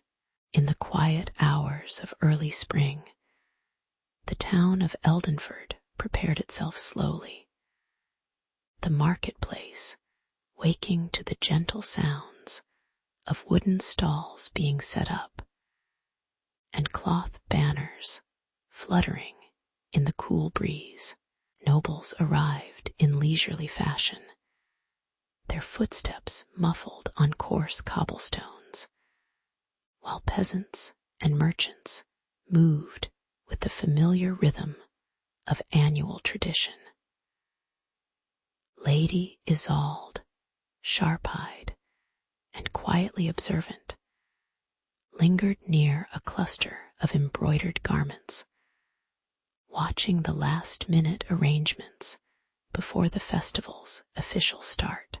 Among the crowd, Sir Rowan, young and earnest, adjusted his tunic and surveyed the busy scene, seeking some sign of honor that might be gained amidst the colorful chaos.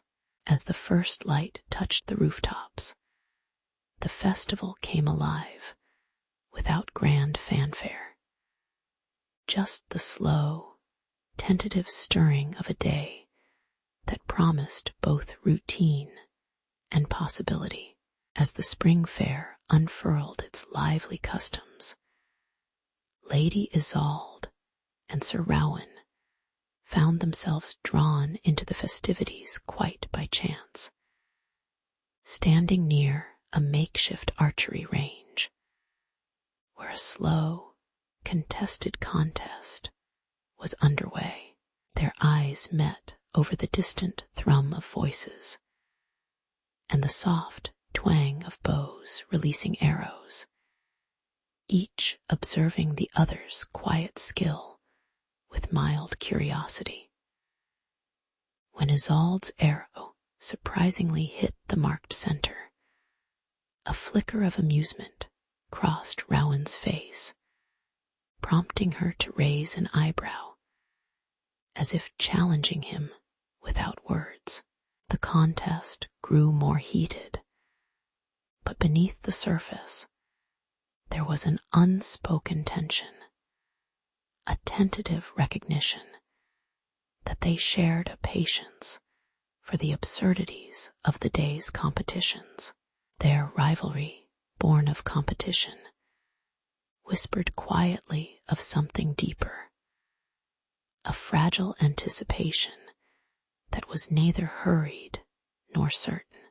The irony of the situation lingered like a faint fog.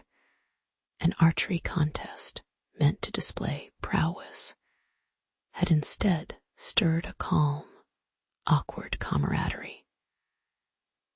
Lady Isolde and Sir Rowan exchanged glances that lingered just a bit too long, their smiles gentle and acknowledging the shared folly of the festivity. They wandered apart then, each retreating into the crowd with the understanding that the festival's lively customs, feasting, singing, and jesting, masked an underlying human patience, a slow dance of subtle intrigue. Around them, children chased each other with false bravado, and merchants called out in measured tones, all unaware of the quiet undercurrents forming in the background. The day pressed on, sound and color swirling in a calm, almost indifferent rhythm, as if the entire town existed in a state of peaceful inertia. Later, as the sun dipped lower and cast a warm glow over the idle market stalls, Isolde and Rowan found themselves alone momentarily, standing near a simple table where bread and cheese awaited the weary festival goers. The air was softly tinged with the scent of baked goods and spilled ale, undisturbed by the bustling noise that had preceded. Their conversation was slow, and careful stories shared, eyes momentarily distracted by small, honest smiles. Time seemed to drift in this quiet space, neither rushing nor pausing too long, as they drifted back into the gentle rhythm of the day's waning hours. Here, amid the subtle hum of everyday life, a fragile calm settled, hinting at a connection born not of grand declarations, but of quiet shared moments that would linger unspoken after the festival's pulse had slowed. Reflecting on the festival afterward, one realized that beneath the superficial cheer and competitive clamor, there was a profound stillness, an acknowledgement that human interactions often unfolded in gentle, imperfect ways. The rivalry over the archery contest had been merely a small mirror to larger human rhythms, patience, irony, and tentative hope played out against the backdrop of communal tradition. Lady Isolde and Sir Rowan's brief encounter was, after all, just one minor thread in the tapestry of a routine season. Yet it whispered quietly of the subtle, enduring human capacity to find meaning in ordinary moments. As they carried on with their days, the festival's luster faded into memory, leaving behind only a faint echo of shared glances and quiet recognition, simple, human, and quite frankly, a little mundane. In the gentle glow of late afternoon, the medieval court prepared itself for the feast, banners fluttering lazily in the breeze, and the faint sound of lutes drifting through stone corridors. Participants, dressed in coarse yet colorful garments, gathered in the chamber where the air smelled faintly of bread and spilled wine. It was a moment of quiet anticipation, where even the servants seemed to pause, watching the human rituals unfold with bored familiarity. Among the crowd, Isolde leaned softly against a wooden post, her eyes flicking up at the stage where a minstrel began to sing, her mind subtly drifting away from the merriment. These gatherings, ordinary in essence, held the fragile glow of possibility, moments where reputation and desire tiptoed through the everyday noise. As the evening deepened, the first challenge was announced. A joust, with fiberglass-like lances clutched in trembling hands, and the clang of wood meeting, wood echoing like a tired heartbeat. Rowan, clad in simple armor, managed to stumble across a narrow plank, and with a surprising steadiness, dismounted his opponent, earning a modest cheer. Meanwhile, Isolde's turn came later, and she responded to a riddling invitation with a quick wit, her verses weaving humor and cleverness into the air like silent, fragrant smoke. The crowd, momentarily diverted from the serious dance of courtship, appreciated human skill, simple, flawed, and mostly earnest. Yet beneath the surface, the sharp eyes of jealous suitors watched from shadows, their quiet irritation fed by the unexpected favor she garnered. A fleeting irony settled amongst the festivities. Rowan's clumsy victory awarded him a shining silver goblet, which gleamed strangely with the ambient torchlight, an emblem of modest achievement. Meanwhile, Isolde's clever verses drew warm chuckles and gentle claps, but her triumph was quiet, less grand, and certainly not tangible in the same way. The evening blossomed into a delicate game, where honor was measured in tokens and hushed glances, rather than grand gestures. It was a slow rhythm of competition and reprieve. Yet both participants seemed increasingly aware of the silent, watchful eyes that weighed their every move, familial expectations buried beneath layers of superficial revelry. As the feast wore on, the lively pace gave way to calmer, more measured moments, lips curling into faint smiles, glasses half full and resting on worn wooden tables.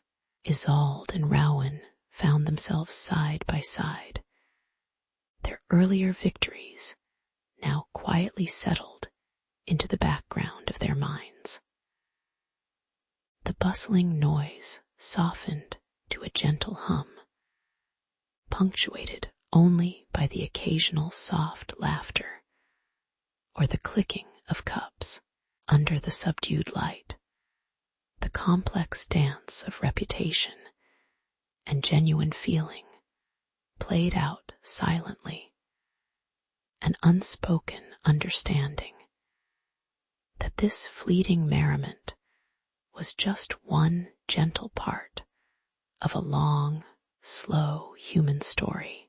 Their faces, blurred by the soft illumination, seemed almost like silent witnesses to their own little dreams and doubts. In the quiet aftermath, as the guests slowly drifted away, the landscape of human longing appeared both trivial and profound, an endless cycle of hope, rivalry, and fleeting pleasure. The simple act of exchanging a clever verse or winning a small duel. These were the quiet acts that, in their mundane sincerity, carried the weight of human aspiration. Yet beneath it all, the faces unseen, hidden in shadows, or blurred by the light, reminded those remaining that no story truly ends, only pauses, as they moved softly back into the stillness of everyday life.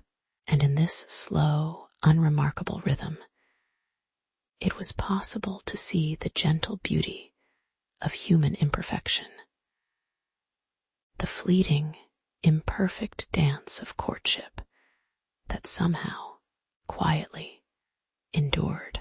On cool evenings filled with flickering torchlight, the great hall buzzed softly with the quiet hum of festival preparations.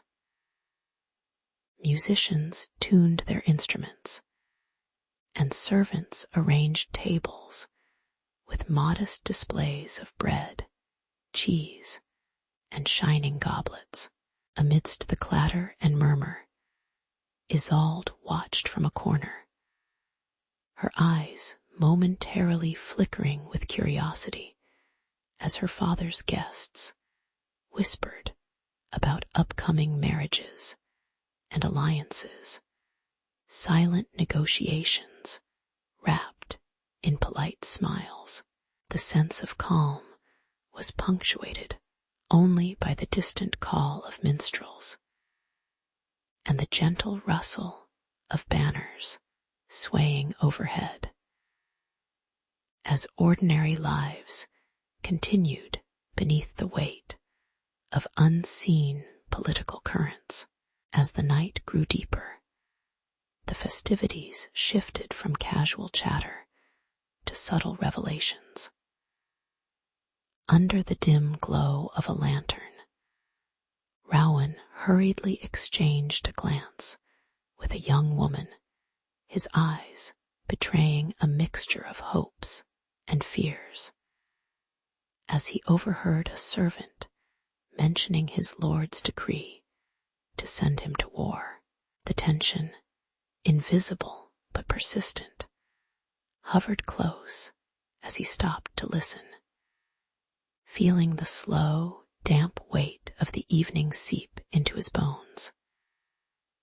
Meanwhile, Isolde's face remained serene, though her thoughts churned with the knowledge that her upcoming marriage was no longer a matter of choice, but a carefully plotted arrangement cloaked in tradition and political urgency. The irony of the scene was quietly woven into the festivities, laughter and music, not quite masking the underlying tension. Isolde and Rowan, unaware of each other's full burdens, shared a clandestine moment by a flickering candle, their glances lingering a little longer than customary, promising something unspoken. Yet the ever-watchful steward moved with measured steps, cataloging each whisper and movement as if privacy were a fragile thing, easily shattered by a careless word or a suspicious eye.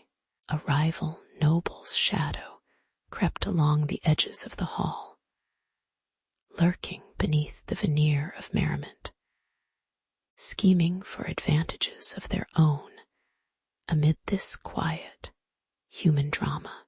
Eventually, the hall settled into a slower, more contemplative rhythm. The restless energy of the evening fading into a gentle calm amid the soft hum of distant conversations. Isolde's hand rested on her lap, steady and composed, while Rowan's shoulders relaxed slightly, daring to consider a future beyond the immediate chaos. Within this peaceful pause, the absurdity of their circumstances became apparent in the silent nods and slight smiles, their feelings, fragile and hesitant, floating gently between hope and resignation, as if the grand political game played out silently behind their eyes. In that stillness, a shared understanding lingered. Life moved quietly and tirelessly beneath the surface of the grandest plans. As dawn hinted at the distant horizon, the hall remained quiet, harboring an unspoken acknowledgement of the fleeting nature of the night's events. Reflecting under the soft, subdued glow of morning light, filtering through narrow windows, the two young souls recognized the subtlety of their moment, an ordinary occurrence painted with the quiet irony of human persistence and imperfect hope. Life, they understood, was less about grand visions and more about the small, honest exchanges that kept them tethered to a fragile sense of meaning. The festival's echoes faded into the background, leaving behind only the gentle reminder that beneath history's grand tapestry, individual hearts beat slowly, slightly tired, yet softly steadfast. In the quiet hours of a medieval evening, the castle's great hall transformed gradually, as lanterns cast a gentle glow over gilded banners and velvet curtains. The festival was alive with the soft murmur of voices, the delicate clatter of goblets, and the faint scent of roasted meats wafting through the air. Guests, dressed in layered fabrics and muted colors, moved slowly among tables and dancers, finding comfort in routine and the faint rhythm of shared tradition. Amidst this calm, Isolde and Rowan lingered a little apart, their eyes meeting with a tentative hope, carried along like small boats on a quiet stream. The night seemed to hold a fragile promise, as if the gentle hum of festivities might whisper their deepest secrets, unnoticed by the world. As the evening deepened, the music swelled, and the dancers' movements grew more spirited, wrapping the hall in a swirling tapestry of silent anticipation. Isolde and Rowan, now masked and cloaked in the anonymity of the midnight mask, found themselves close but silent, almost reluctant to disturb the fragile space they'd shared in stolen glances. Their fingers brushed briefly beneath the masks, an unspoken confession fluttering in the cool air between them. Outside the gaiety, a faint tension seeped into their shared quiet, as if the shadows themselves were listening, waiting for the moment when the night might turn darker and reveal its hidden truths. Suddenly, the smooth rhythm was broken by the sharp tread of footsteps and the dull, authoritative voice of a royal envoy. The crowd's murmur shifted into a quiet ripple of surprise as the envoy's words cut unexpectedly into the night, reminding everyone of predetermined alliances and the rigid rules that bound their lives. All laughter and music paused as faces, blurred by masks, turned toward the new arrival with a mixture of boredom and resigned patience. Isolde's gaze flickered with irony. Here was this fleeting night, meant for joy and possibility, abruptly reined in by the cold weight of duty. The masks that once symbolized freedom now seemed merely placeholders for obedience. As the world continued unaltered beneath its veiled surface, in the stillness that followed, the hall settled into a quiet acceptance, a soft sigh of surrender to the unavoidable. Isolde and Rowan exchanged a glance, their expressions gentle and unhurried, no longer urgent but thoughtful. The celebration, which had once shimmered with the promise of love and secret confessions, now felt more like a shared, muted experiment in patience. Outside, the night deepened beyond the walls, stars twinkling softly through small, uncurtained windows, reminding them that life's gentle rhythm persisted regardless of human plans. The murmured conversations, the flickering candle flames, these small, mundane elements held the quiet dignity of continued existence. Somewhere amid the calm, a faint understanding settled. Love, like history, moved at its own unhurried pace. As dawn approached, the celebration faded into remnants of fleeting warmth and lingering shadows, leaving behind only the memory of that silent, shared moment beneath the masks. The hall, now quiet and dim, carried the faint echo of once carefree voices, touched by irony and restraint. In the end, the story of the festival's peak was a quiet reminder that human, however small or grand, often exists in the pauses, in the unspoken truths, the subtle choices, and the muted acceptance of life's inevitable demands. Isolde and Rowan's love, like many quiet moments in history, would linger gently in their minds, neither fully fulfilled nor entirely lost, a small, enduring spark amid the slow, unremarkable flow of time. In the quiet glow of a late spring afternoon, the villagers gathered in the open courtyard, scarcely noticing the subtle shift in air that signaled the start of the grand feast.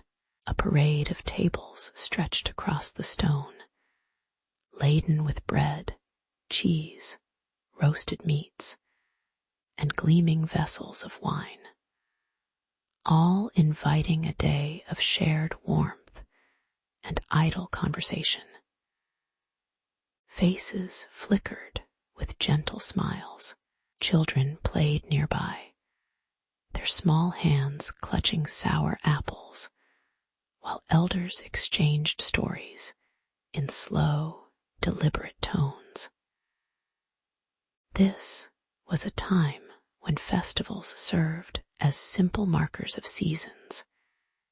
Yet, within these moments, the seeds of human longing quietly took root. No one hurried, and the sun cast a soft, amber hue, making the whole scene seem both fleeting and eternal in its calmness. As dusk fell, the mood shifted subtly. Laughter grew louder, and flirtations, concealed beneath jest, slipped into the language of sideways glances and lingering touches. A young knight lingered beside Isolde's father, his voice now hushed but earnest, trying to match the quiet determination in her eyes.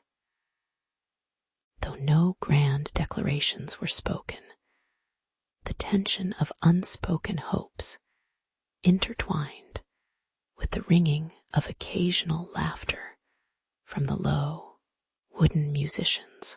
Between the flickering torchlight and the crackling fire, the boundary between friendship and something more blurred gently, as if the night itself was leaning in to listen.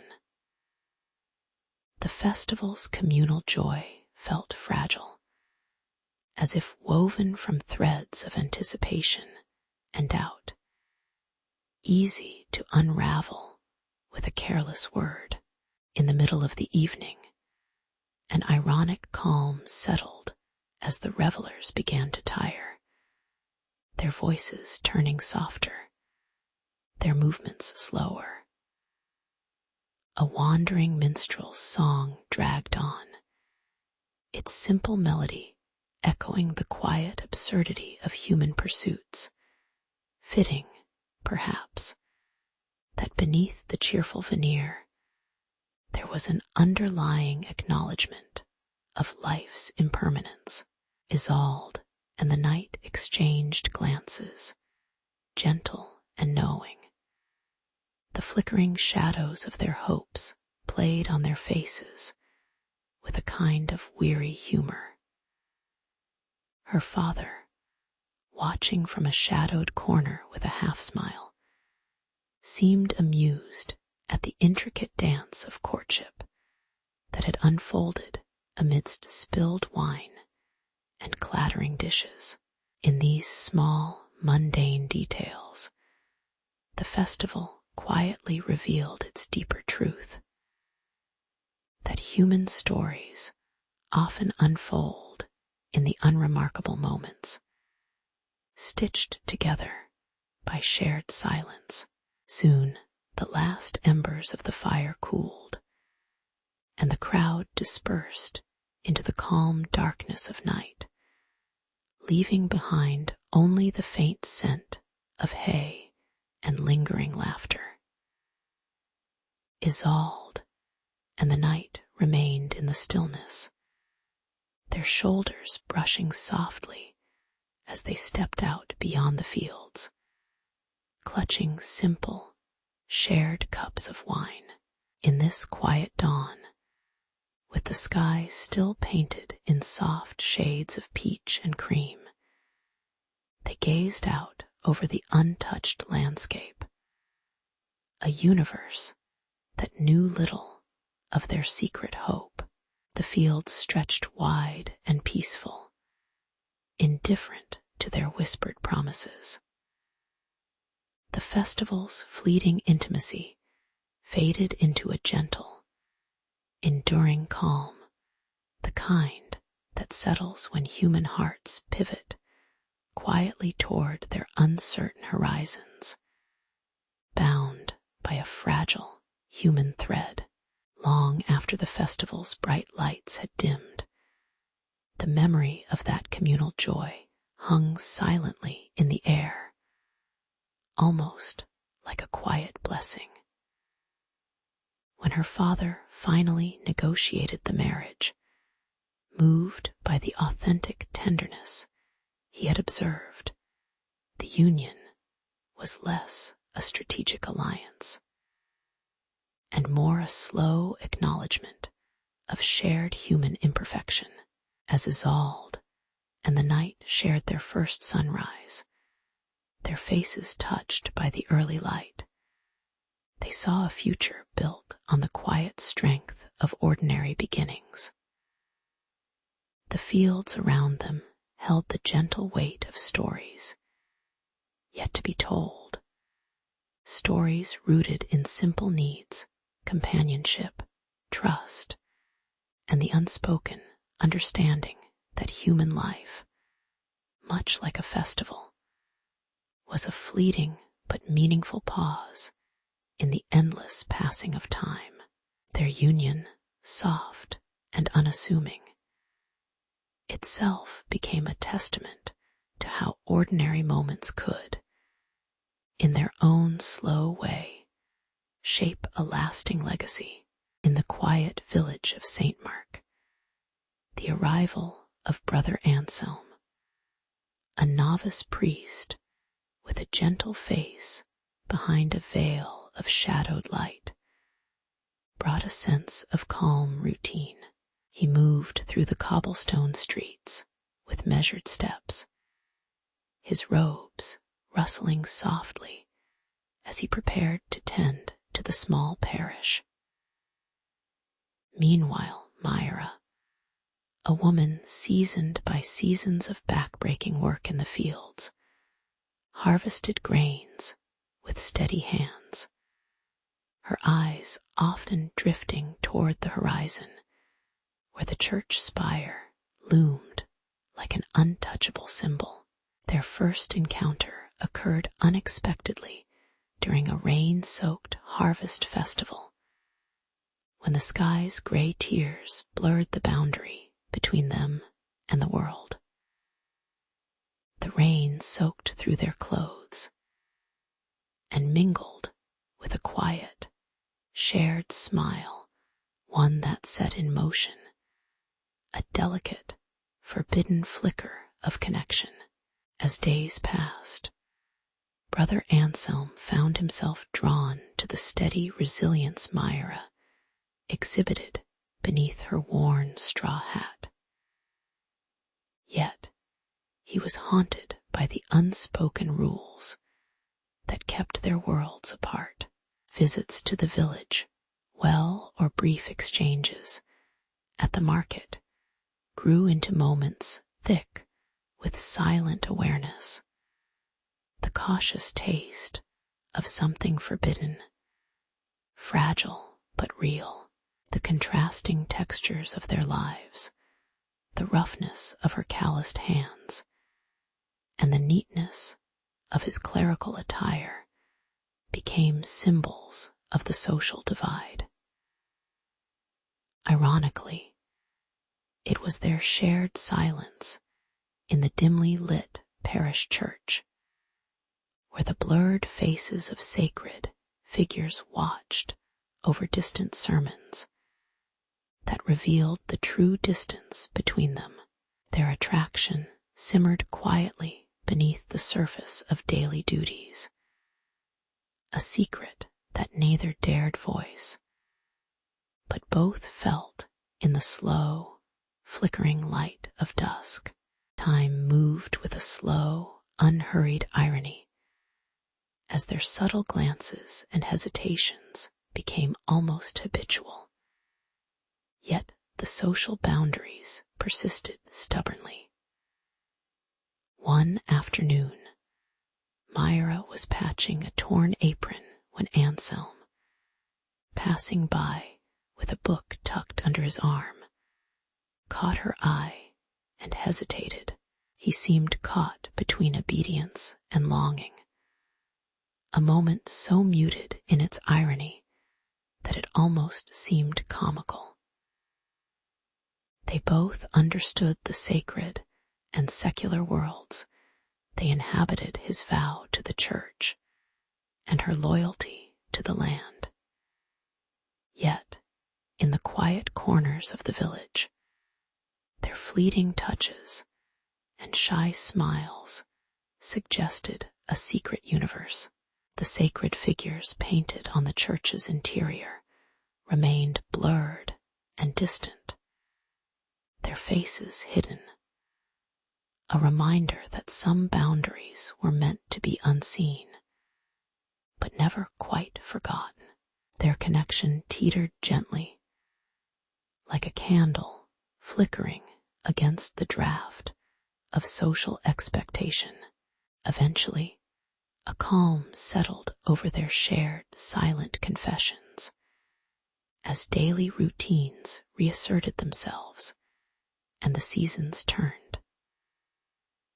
Myra's hands grew rougher, her days longer, while Anselm's robes seemed to weigh a little heavier with unspoken desire. The village moved around them, cows lowed in the fields. The church bells tolled indifferently, and life persisted in a steady, mundane rhythm. There was a quiet acceptance, almost a surrender, in the way they continued their lives, her tending the fields at dawn, him preparing sermons at dusk, silent witnesses to a love that was impossible yet real, like sunlight filtering through stained glass. The figures of saints and prophets in the church faded into shadows, their faces obscured by soft light, much like the transient nature of human longing in a world constructed of hierarchy and tradition. It was in this stillness that they found their own quiet gravity, reflecting on their story now. One might see it as a gentle testament to human imperfection and curiosity, a tale of two souls crossing boundaries that seemed sacrosanct only because they were so rigidly believed to be unbreakable. Brother Anselm and Myra, in their modest daily acts, showcased the quiet irony of forbidden romance, the longing that survives in the spaces between societal expectations and personal truth. Over time, their shared moments became mere whispers in the fabric of village life, unnoticed by the wider world, but meaningful enough for them to carry in memory.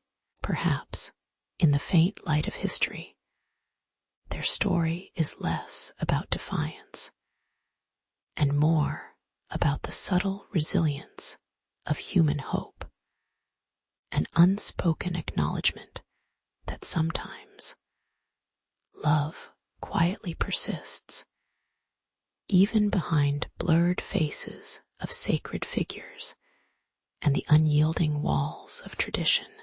Under the faint glow of late afternoon, Anselm and Myra found solace beneath the sturdy, sprawling branches of an ancient oak.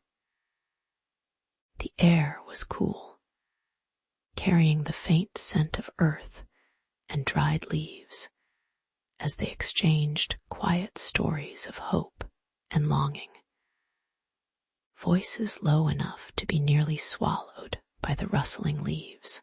For a brief moment, the world outside seemed to slow, the boundaries of social class and faith dissolving in the shade of that familiar trunk. Their eyes met with a gentle, tentative trust, as if sharing a sacred secret that needed no words. It was an ordinary moment filled with unspoken devotion, threaded through with fragile hope and quiet faith, all beneath the silent witness of the tree's worn bark. As days wore on, the clandestine meetings beneath the oak became a tender rhythm, but whispers in the village grew into a faint hum of suspicion.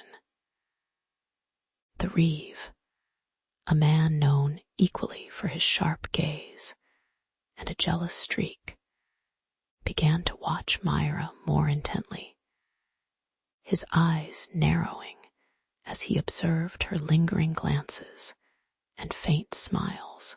Meanwhile, The village's murmuring gossip edged slowly into the ears of the local bishop, who, cloaked in shadow and authority, sent a stern warning to Anselm about maintaining proper order and faith. The lovers felt the weight of unspoken accusations pressing against them, like a cold breeze that seeps through cracks in stone, all the more powerful because it was mostly imagined, yet undeniably felt.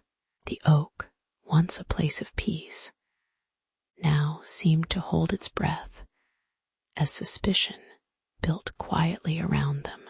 There was a quiet irony in the way Myra's beauty and innocence seemed to stir shadowy doubts among those who watched her, doubts that had little to do with faith, and much more with envy and longing.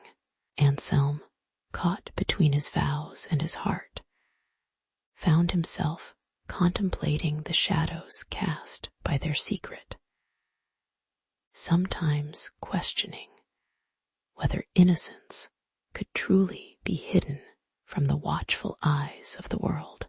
The stern voice of the bishop's messenger echoed softly in his mind, recalling the importance of discipline and obedience. Yet the moments beneath the oak persisted, delicate as a whispered prayer. Their meetings remained small, guarded, yet quietly defiant, like a fragile flower pushing through cracked earth, stubborn in hope.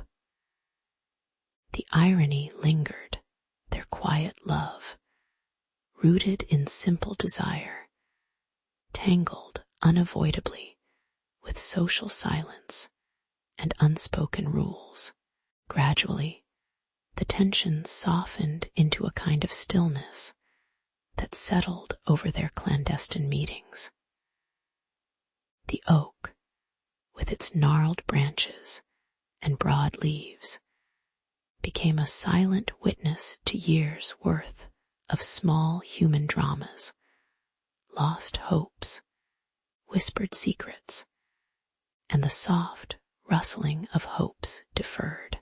Myra and Anselm's conversations drifted from longing to reflection, from questions of faith to the quiet acceptance of their circumstances.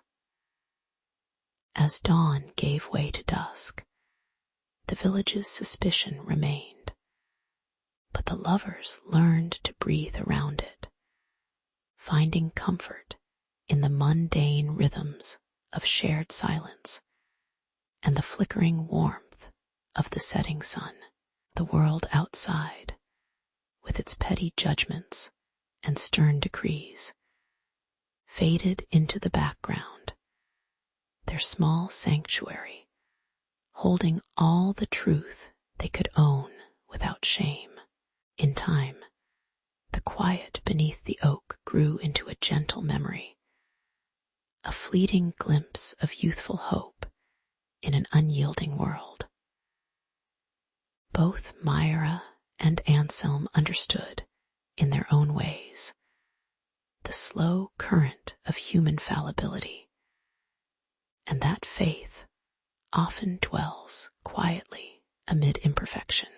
The village moved unchanging, with its routines and silent observers, and the oak continued to stand, peaceful yet watchful.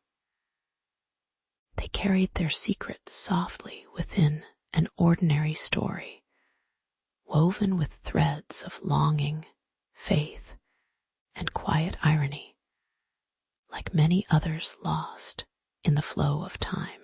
When they eventually parted beneath the same branches, it was with a gentle, mutual understanding, a reminder that even in restraint, the human spirit can find small moments of grace, all whispered in the shade of an old, tired oak, in a quiet village where the sun cast soft, golden light over thatched roofs and cobblestone paths. Myra's secret had quietly nestled like a delicate flower. She often met Anselm at dusk, beneath the whispering trees, where words were scarce, but glances carried weight. The townsfolk, wrapped in their routines, moved along with unremarkable steadiness, unaware of the silent bond forming between the peasant girl and the cloaked cleric. It was a simple love, yet it shimmered with the quiet intensity of an unspoken truth. In the stillness of the evening, even the distant church bells seemed to momentarily forget their solemn tolls, as if acknowledging the fragile moment between concealed desire and cautious hope. One morning, a rumor slipped through the village like a breeze carrying dust. A jealous serf, eyes hidden behind a veil of spite, whispered of Myra's clandestine visits. The words grew into a shadow that stretched over her reputation, thickening with each retelling. Before anyone realized, the local council summoned her, their faces etched with distrust and faint annoyance.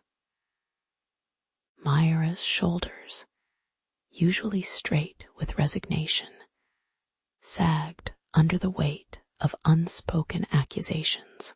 Anselm, torn between his vows and his emerging feelings, watched from afar, knowing that the fragile thread of their connection might soon snap beneath the thickening social pressure. The air was heavy with anticipation, like a storm pausing just beyond the horizon, silent but imminent. The irony of it all was quietly striking. The very vows meant to define stability now seemed like brittle barriers, easy to shatter under gossip's relentless tide. Myra, standing amidst the cold stones of the village square, listened as her name was spoken with a mixture of pity and scorn, the crowd's voices blending into a monotonous hum of judgment. Anselm's face, partially obscured by shadow from the ancient oak, remained unreadable, caught in a quiet dilemma that felt both intimate and absurd. The deliberate calm of the scene contrasted sharply with the chaos in their hearts, revealing how social boundaries often turned into facades that only made human longing more palpable and quietly tragic. Even the birds' distant chirping seemed to pause, as if the world itself was holding its breath. In the calm that settled afterward, Myra and Anselm found moments of shared silence amid the ongoing rumors, touching the small, everyday details, fingertips grazing the rough fabric of cloaks. Approval in a glance, as simple as a soft breath. The village carried on around them, unperturbed by their story, which now seemed almost surreal, like a faint echo of something that once felt significant. They learned to live within that slow, persistent rhythm of daily life, where love was neither loud nor public, but inscribed softly across brief encounters and stolen gestures. The world, with its many layers of duty and expectation, reminded them gently of their place, while quietly testing the resilience of devotion in the face of social weight. In this modest dance of persistence, the human tendency to endure unfolded quietly, yet resolutely. Years later, the story of Myra and Anselm lingered in whispers, not as a scandal, but as a quiet testament to human imperfection and the subtle endurance of emotion. They vanished from the visible fabric of village life, leaving behind only faint memories carried by the breeze and momentary glances. Their love, like many others kept hidden in history's margins, had unfolded in the quiet spaces between social constraints and personal longing, an everyday reminder of how fragile and resilient human connection can be. Perhaps, in some small way, their story had softly challenged the boundaries that seemed so firm at the time, revealing the unspoken truths that bind us all beneath the surface. And as the village returned to its unchanging rhythm, the world's gentle irony endured, human beings forever caught between what they seek and what they must relinquish in silence. In a quiet village where the church's shadow stretched softly over thatched roofs, a gentle secret blossomed between Myra, a peasant woman, and Anselm, a young clerk from the clergy. Their letters, filled with shy hopes and mundane confessions, fluttered between their modest dwellings, unnoticed by most, but treasured by them. When night fell, their whispered words seemed to hang in the cool air, tender and fragile, holding back the weight of social boundaries that kept them apart. It was a small, human defiance, a quiet moment stolen from the relentless march of tradition. Yet, beneath this calm surface, the world was quietly shifting, hinting at the inevitable tension to come. One evening, as the village gathered under the glow of oil lamps, the air grew tense when the bishop's men uncovered a hidden bundle, Myra's correspondence, fragile with longing and forbidden affection. The bishop himself, cloaked in solemnity and a faint weariness, ordered that the lovers face a public penance, their private sparks cast openly into the harsh sunlight. The villagers, accustomed to routine, watched silently as Anselm was led to the square, his face a blank mask of resignation, while Myra's eyes searched for something unseen, something safe in the shadows. The ritual was as ordinary as it was brutal, yet it carved a new silence into the night, an unspoken acknowledgement that the old boundaries might soon fracture. The world held its breath, the flames of their punishment flickering in everyone's mind. As the flames began to lick at the wooden beams of the chapel, irony seeped quietly into the scene, an almost reluctant humor in the way fire and faith intertwine, undoing their solemn edifice. Among the crowd, A small figure stepped forward, Anselm, clutching a relic close to his chest, a worn but steady hand raised against the smoke and shadow. His movement was deliberate, almost mundane, as he defied the clergy's orders in the slow, contemplative manner of someone refusing to be hurried. Myra's face, illuminated faintly by the firelight, held a quiet defiance of her own, her gaze steady, unyielding. In this moment, the rituals of morality collided with the simple, imperfect human will that refused to be extinguished by fear or authority. Once the flames subsided into a dull glow, and the smoke drifted lazily into the night sky, a strange calm returned to the village, like the quiet after a storm, slow and unremarkable.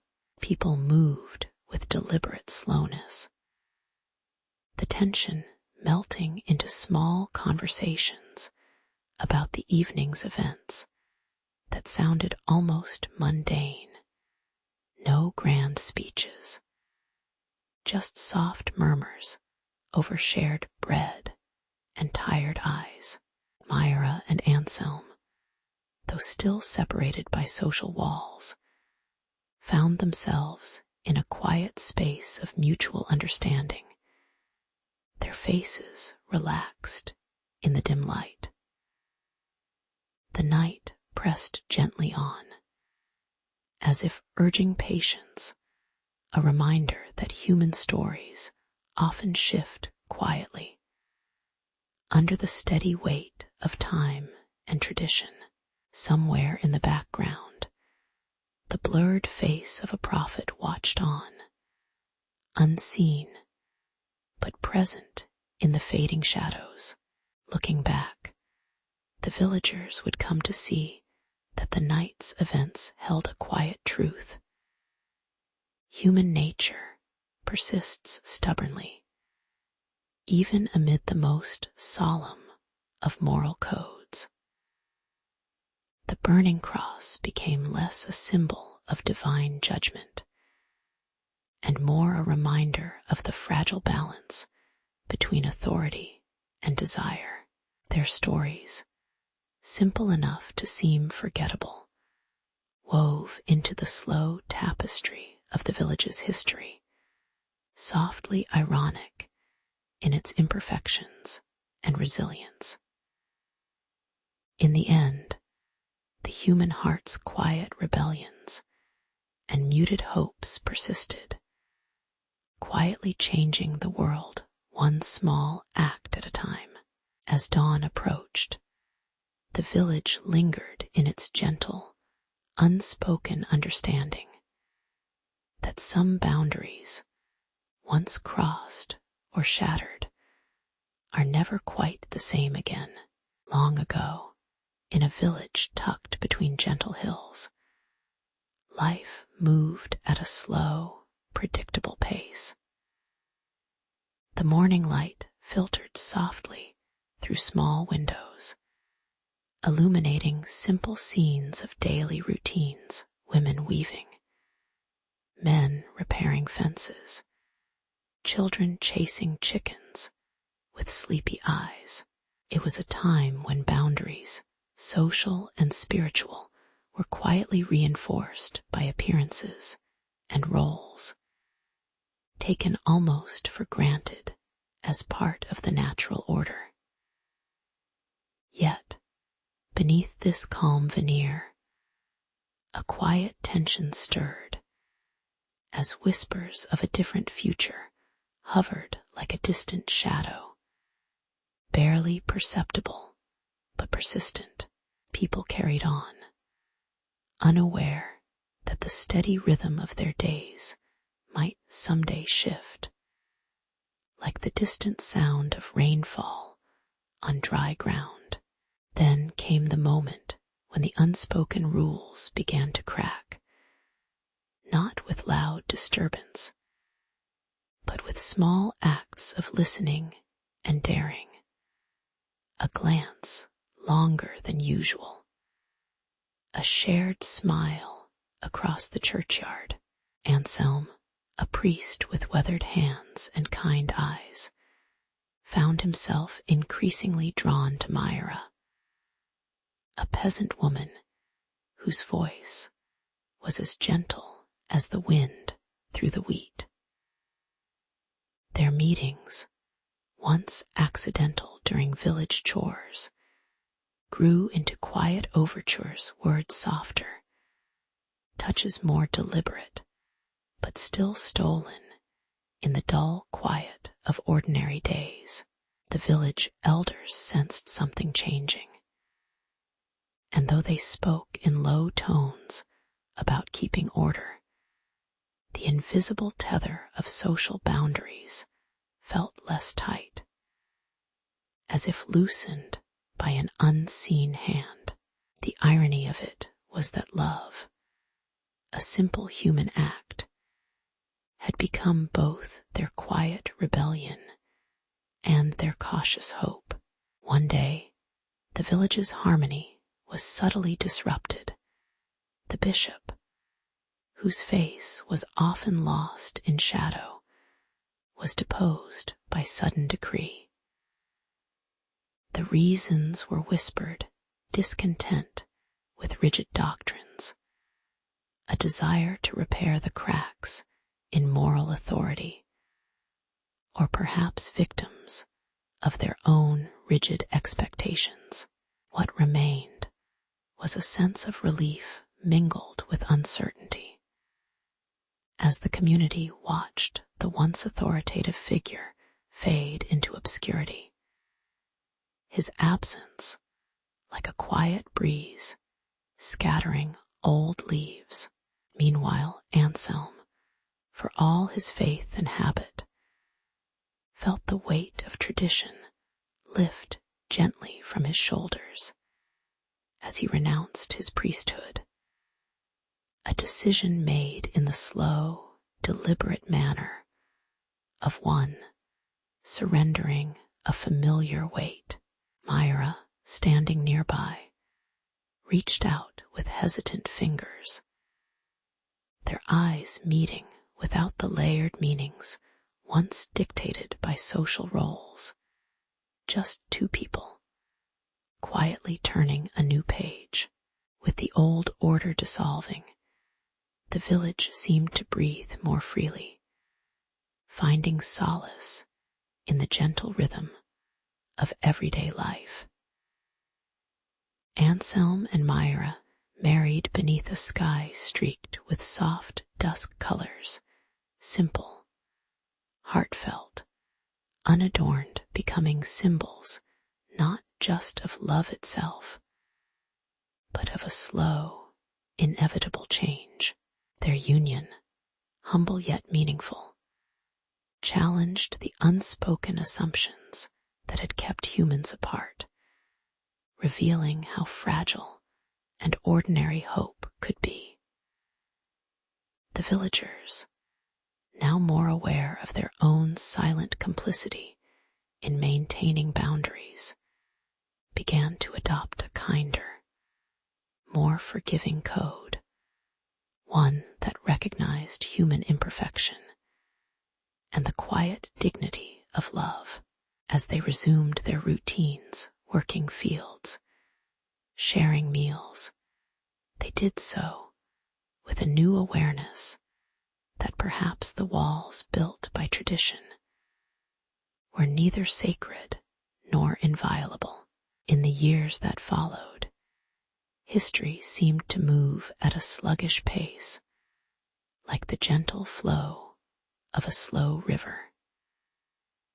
Reflecting on these small, quiet revolutions, one could see how human hearts, hesitant yet persistent, quietly forged pathways across old divides. The village grew more tolerant, not through grand announcements, but through the subtle acceptance of what was once forbidden. Even the blurred faces of prophets and unseen authority figures seemed to soften, their shadows less stark, perhaps, in some distant yet familiar way. The human story was simply unfolding, an unhurried tale of boundaries gently dissolving into the calm, forgiving light of everyday love and acceptance.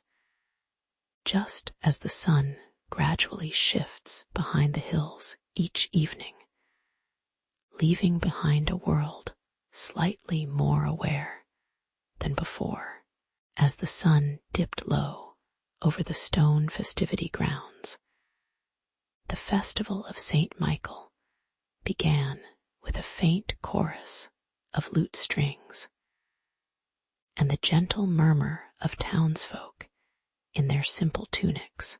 Young Roland, dressed in modest wool, adjusted his belt for what promised to be a day of small joys and quiet obligations, unaware that his duties would soon draw him away from the girl.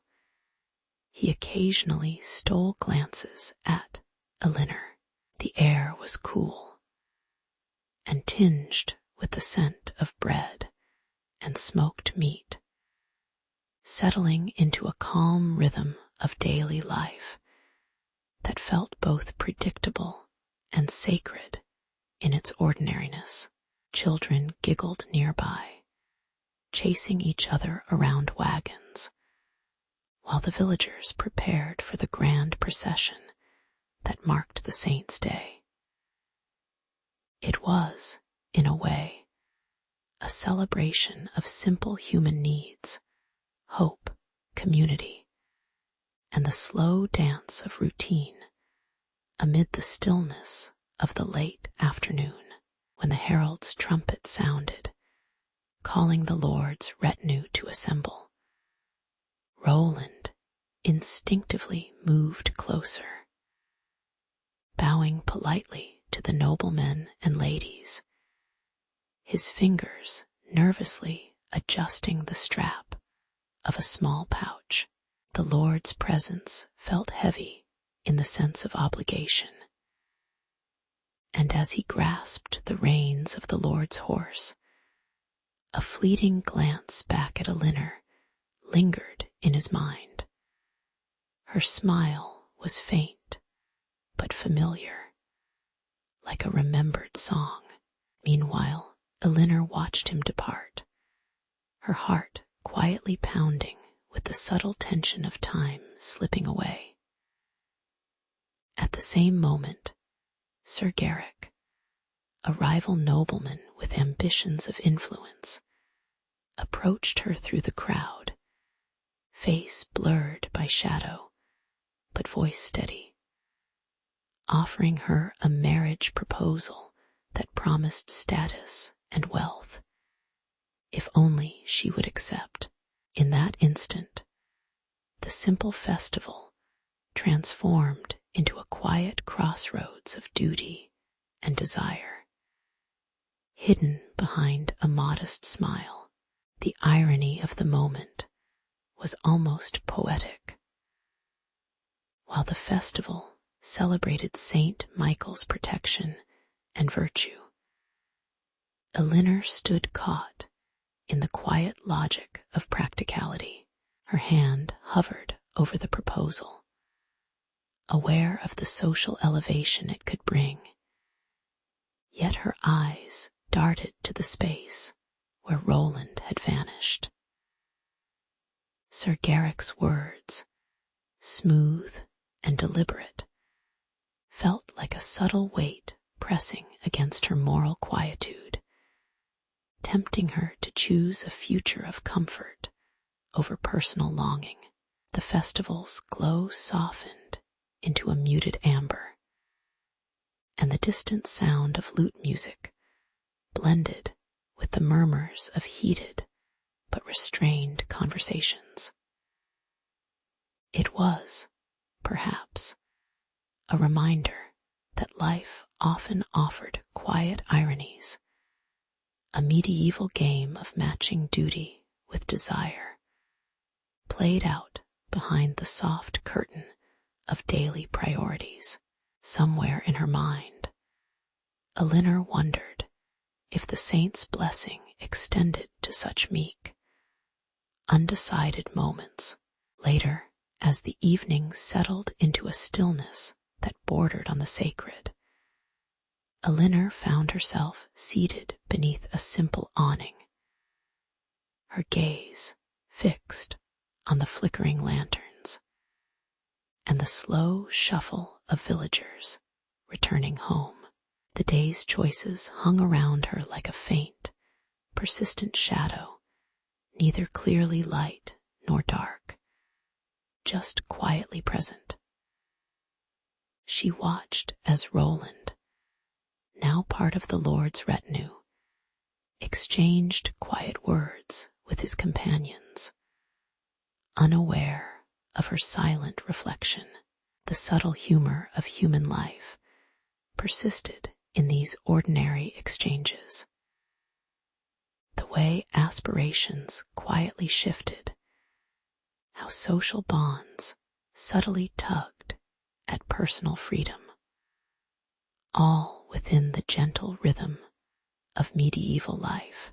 Perhaps, she thought, the saint's blessing was not in grand miracles, but in the soft, unacknowledged moments of human patience and restraint. The night crept in slowly, and so did her calm acceptance that some stories quietly drifted towards their own gentle conclusions. In those calm, late hours, the distant constellations seemed to hold a gentle, amused silence, witnessing the small dramas of human hearts with patience and indifference. Elinor's decision, made quietly amidst the flickering shadows and the breath of cooled air, felt like a modest act of peace, returning to her familiar life, unclaimed by grand passion, but rich in its own understated dignity.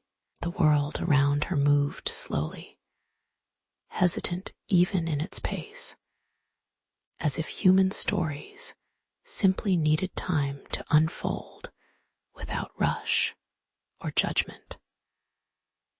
The festival had come and gone, with only the faint echo of music and distant cheers fading into the gentle night.